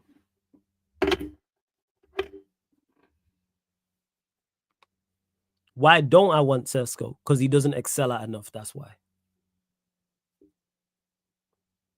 He don't excel at enough. That's why. Attribute-wise, as the conversation with you shows me. Ideally, Mattel. That would have been the ideal one. That's available left, Mateta, then Watkins. When the window opened, Osherman, Gyökeres was 1 and 2. Mateta was 3. I didn't even think of Watkins. I didn't think he was a possible. I'm just underwhelmed by it. Yeah, I watched Mateta last season. Yeah. I watched Mateta last season. Yes. See how you just answer questions easy, people. Who do you want? This player. You watched Mateta last season. Yes. Yeah, I'm not with the Sesko thing comes. I want us to buy from within the Premier League, ideally, unless it's exceptional talent, which I don't think Sesko is. I think he's decent. I don't think he's bad. I think he's underwhelming. Mateta was shit half of the season. He never scored 15 goals. He's 28. Okay, cool. I disagree with him being shit for half of the season. And Sesko hasn't scored 15 goals either. But like you said, it's about creating for others, like with the Firmino thing. With Mateta, I think he creates for others. That's why. The same thing you said about Firmino creating for others, I think Mateta does the same thing. Not to the same level, no. But he'll create for others by holding the ball up, by linking up play, by being an outlet. That's why. Cool. Mateta started cooking and scoring second half of the season. Cool. I disagree with that, but first, what's your point? See how you just answer questions straight up, people, when I'm asked. Notice that. Straight up, no nonsense, no bullshit. Ain't got to go back and forth about it and go around the houses. Answer every question. What else you got for me, Ahmed? What else you got for me? Big up to Hassam in the chat as well. But yes, no, I don't want Cesco. Get me people from within the Premier League. That's the route. That's why I really like Mbeumo and really like Cunha. Playing Crystal Palace and Manchester United is different. The pressure is much higher at United. Yes, it is. Absolutely. It is. And that goes the same for every single player we've signed from within the Premier League. And most of them have been successes outside of Van Persie. Van Persie and Sanchez, who we signed from all the other players we signed who have been successful from within the Premier League had that too. So yeah, agreed.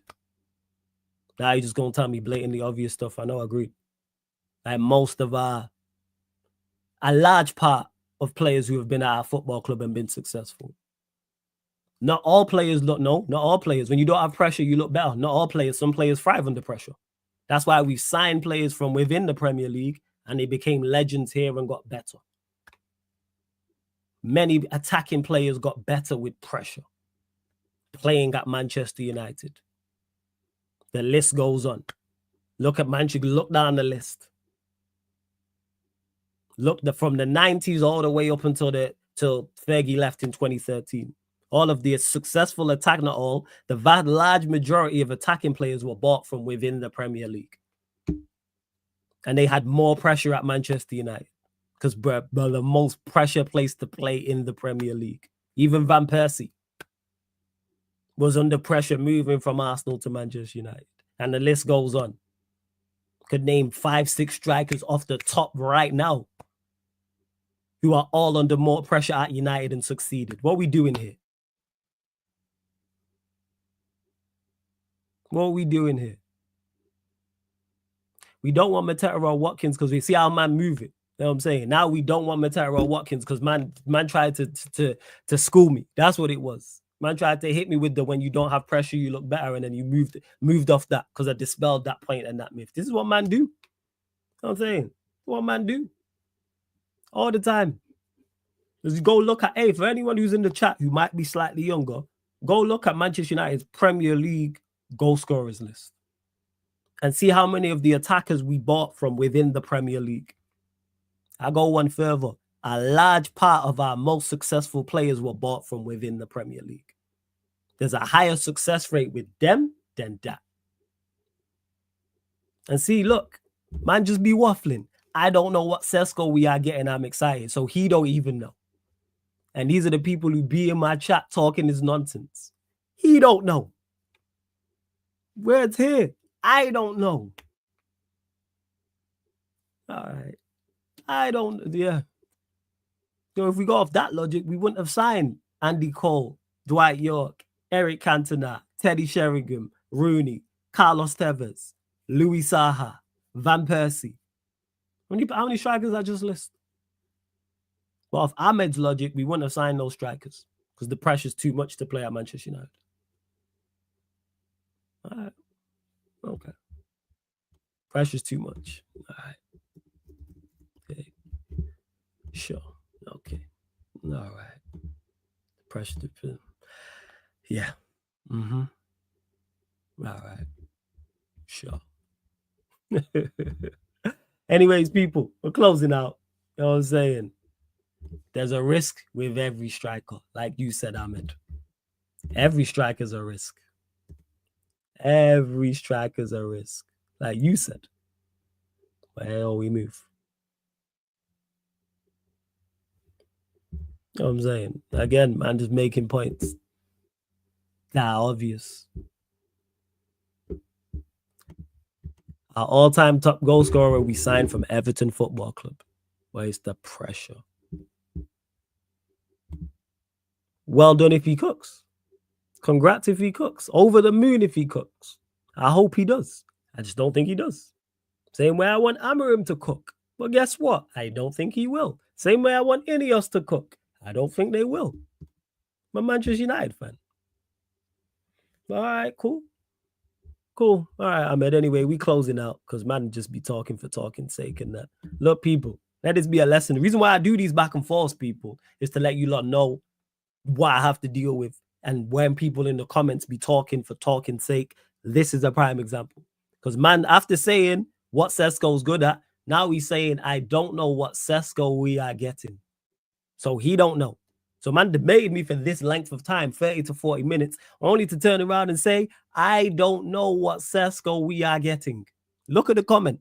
But man debated me heavy with conviction, talking about what he's good at and what he can bring. But then he's saying, I don't know.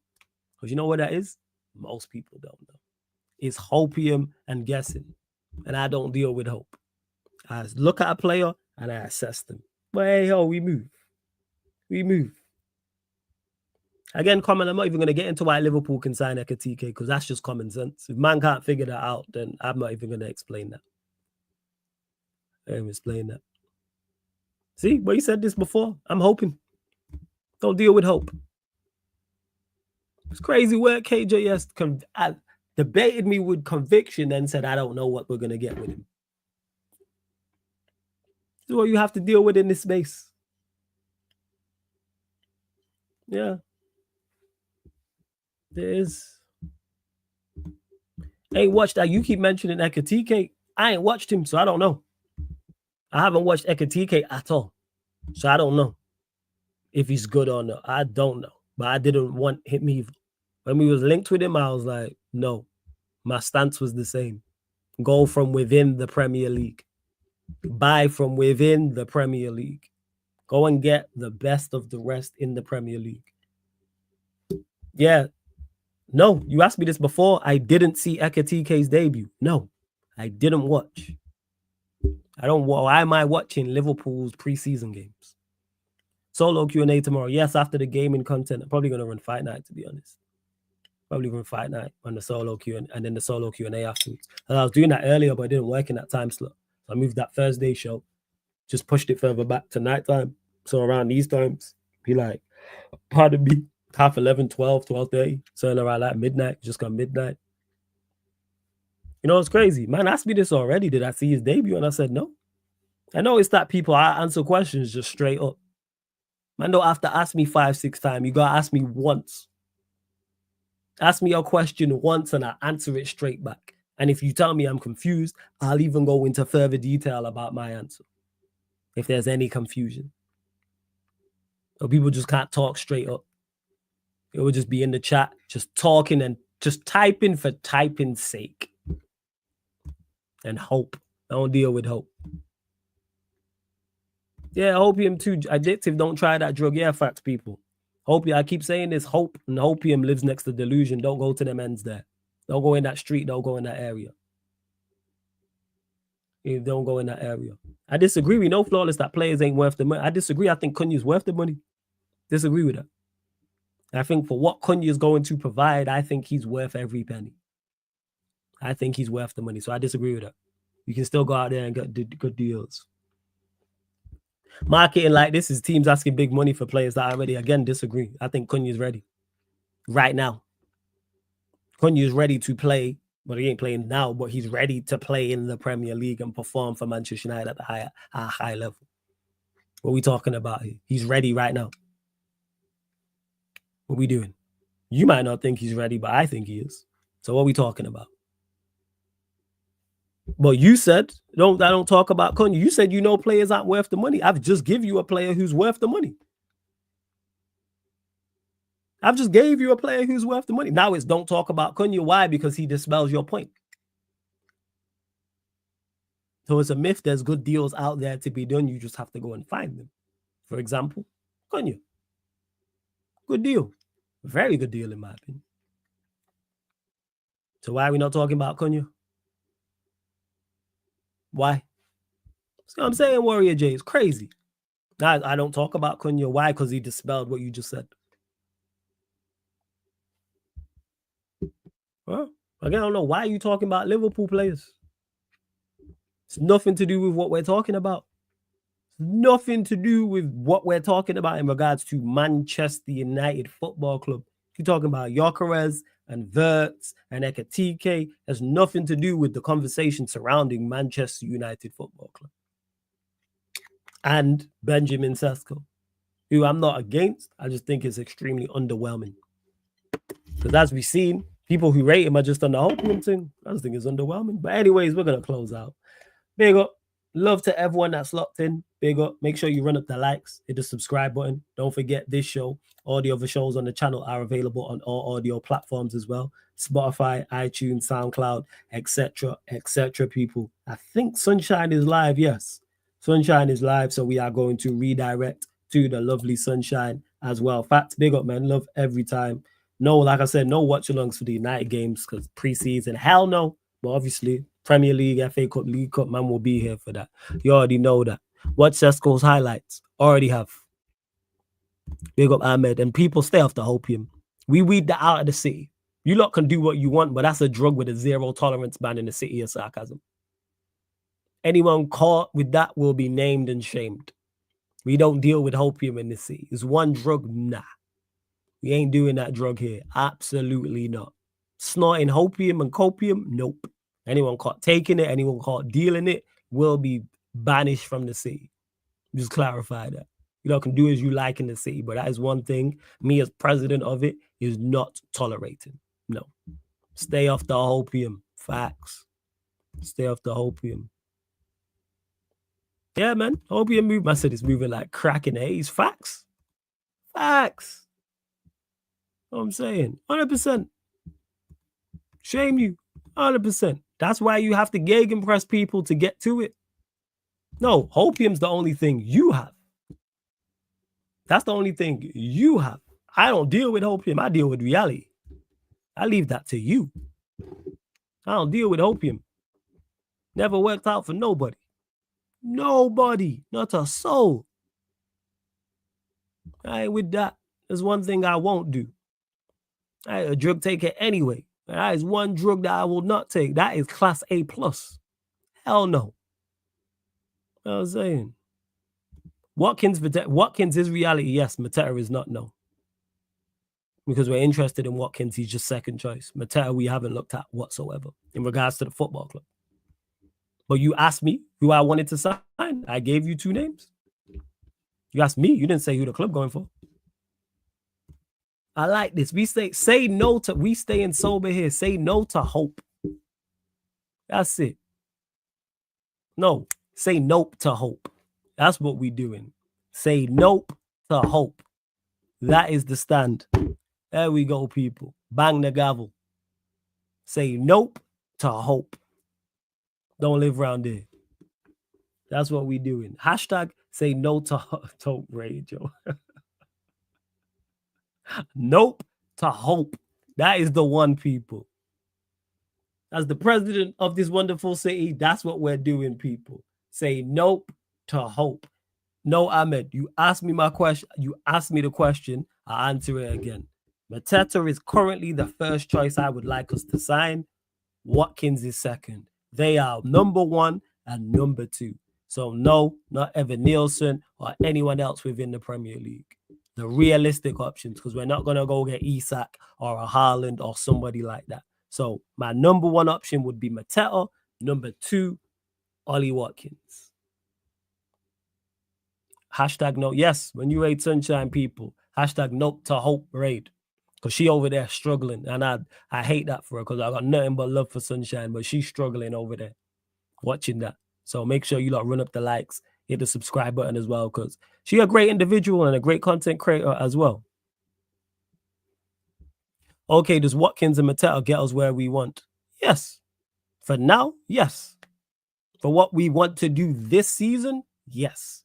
For what we want to do the season following that, yes, in my opinion. Yes, they do. Why would you ask me this question? Am I going to think, no, they don't get us to where we want? Of course we don't know that. You asked me my opinion.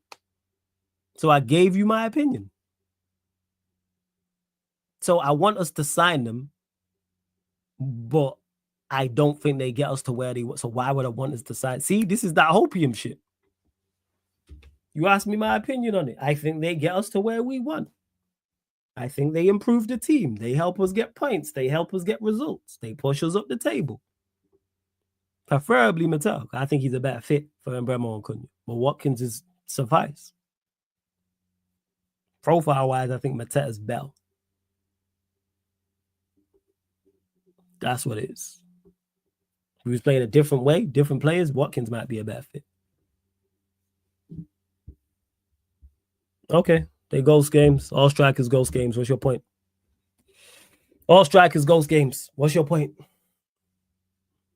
I've seen Haaland, who's the best striker in Europe, get accused of that. I've seen Lewandowski get accused of that. I've seen Kane get accused of that. I've seen Isak get accused of that. What's the difference? You know what this is? This is like when yesterday someone told me that they've never ghosted 6-7 games in a row. I don't know who you talking about. Mateta or Watkins, and I watch a lot of Aston Villa. I watched a lot of Aston Villa. He did not ghost no 6-7 games in a row. Same with Mateta as well. Even though I didn't watch as much of Palace, I watched enough of Palace. I watched a hell of a lot of Villa. So what are we talking about here? Go check my watch-alongs on the playback. Make sure you follow the playback. Look how many Aston Villa games I did. Look how many Palace games I did. Oh, man. Or if I'm not watching Palace, the man on the panel are watching panelists. I'm watching Palace. I was here every week 1 to game week 38. And that's not even including Champions League and FA Cup and League Cup. Okay, cool, Ahmed. They were ghosting long term. All right, cool. Whatever you say. Anyways, people, nope to hope, man. You know what I'm saying? Nope to hope. Because man just be waffling. Cool. All right, we move. But man don't know about Cesco. Man told me, you know what I'm saying, that Cesco's the guy. And he said, I don't know. I'm dealing with hope. Say nope to hope, people. Say nope to hope. Otherwise, you'd be like Ahmed in chats, talking a whole heap of waffle. 1 minute the player's good, the next I don't know about him. All right. Just to clarify, so you lot know I'm not gassing. You lot know I'm not gassing. Hold up. Where was it? We get to this. So this was it. We agree that Sesko was the best option from the strikers who were available. Then he's still not ready fully. He doesn't score enough. I'm hoping was at 206. But man was telling me at 153 how good he was. Yo, man want to die on this is crazy, KJS. Man don't know about him, no. Like he said. Said, I don't know. Said, I don't know. Where is that comment? Hold up. He also said, hopium's the only thing we have. Stay away from addicts, people. Stay away from addicts. Where we at? Oh no. Here we go. I don't know what Cesco we are getting. I'm excited. So man don't know. So we don't know, and it's based off of hope. As you can see on the screen.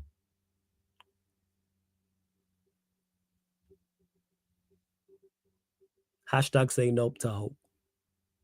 Yeah. And either of those two can be a long-term striker. Either of those two can be a long-term striker. 110%. Either of those two can be a long-term striker. So what are we talking about here? Either of those two. Mateta is 28. Watkins is 29. So if they play to 33, 34, it's 4 or 5 seasons. Mateta a little bit longer. Okay, cool. But again, man, I'm just going to keep moving goalposts in that. All right, people. You know what I'm saying? Love. This is someone who said they don't know. So anyways, in a bit, Ahmed. You know what I'm saying? Blessings. See you later, man. Say nope to hope, man. We banishing this shit, people. Anyways, we closing out. Love to everyone that has locked in. Manchester United, Manchester City show. Say nope to hope raid in. Yeah, man. We done, man. We banishing it. We ain't dealing with that here. From when man says hope, yeah, keep your feelings. We don't deal with that. You know what I'm saying? But, you know, like I say, I can't say I'm banishing it and then leave man in the streets. You know what I'm saying? Nah, man, we don't save addicts here. We kick them out. I'm saying they get thrown out of the city, man. Like it's, what was the Marvel spinoff with Vision and the gal? Wonder Vision, that was it. And she had the force field around the city. It was that. Yeah. We throw them out like it's Mo Tavin's bar in The Simpsons, man. Jazzy Jeff and the Fresh Prince. Don't allow hope him. I'm all for different opinions, but once you tell me it's hope, see you later. Big up Ahmed, though. Blessings, man. But you lot, subscribe to Vader's channel. Love to everyone that's locked in. It's been the Manchester United, Manchester City pod. Mandem United pod meets the Mandem City pod. Live on the Sarcasm City TV YouTube. Thank you very much for tuning in. Please subscribe to the Clips channel, Sarcasm City TV. Subscribe to the Gaming channel, Sarcasm City TV. Please follow the playback as well. Love to all of you lot. Yeah, man. We can't risk infection, man. Gotta keep these, as much as we're all idiots, assholes, and we run bants and run jokes. Gotta keep these streets safe, man. Nah, man. You know, like Rants and Lee will talk about mutants. I'm like that with the hopium thing. Don't you tell me it's hopium? See you later, man. See you later. Well, blessings. Big up to you all.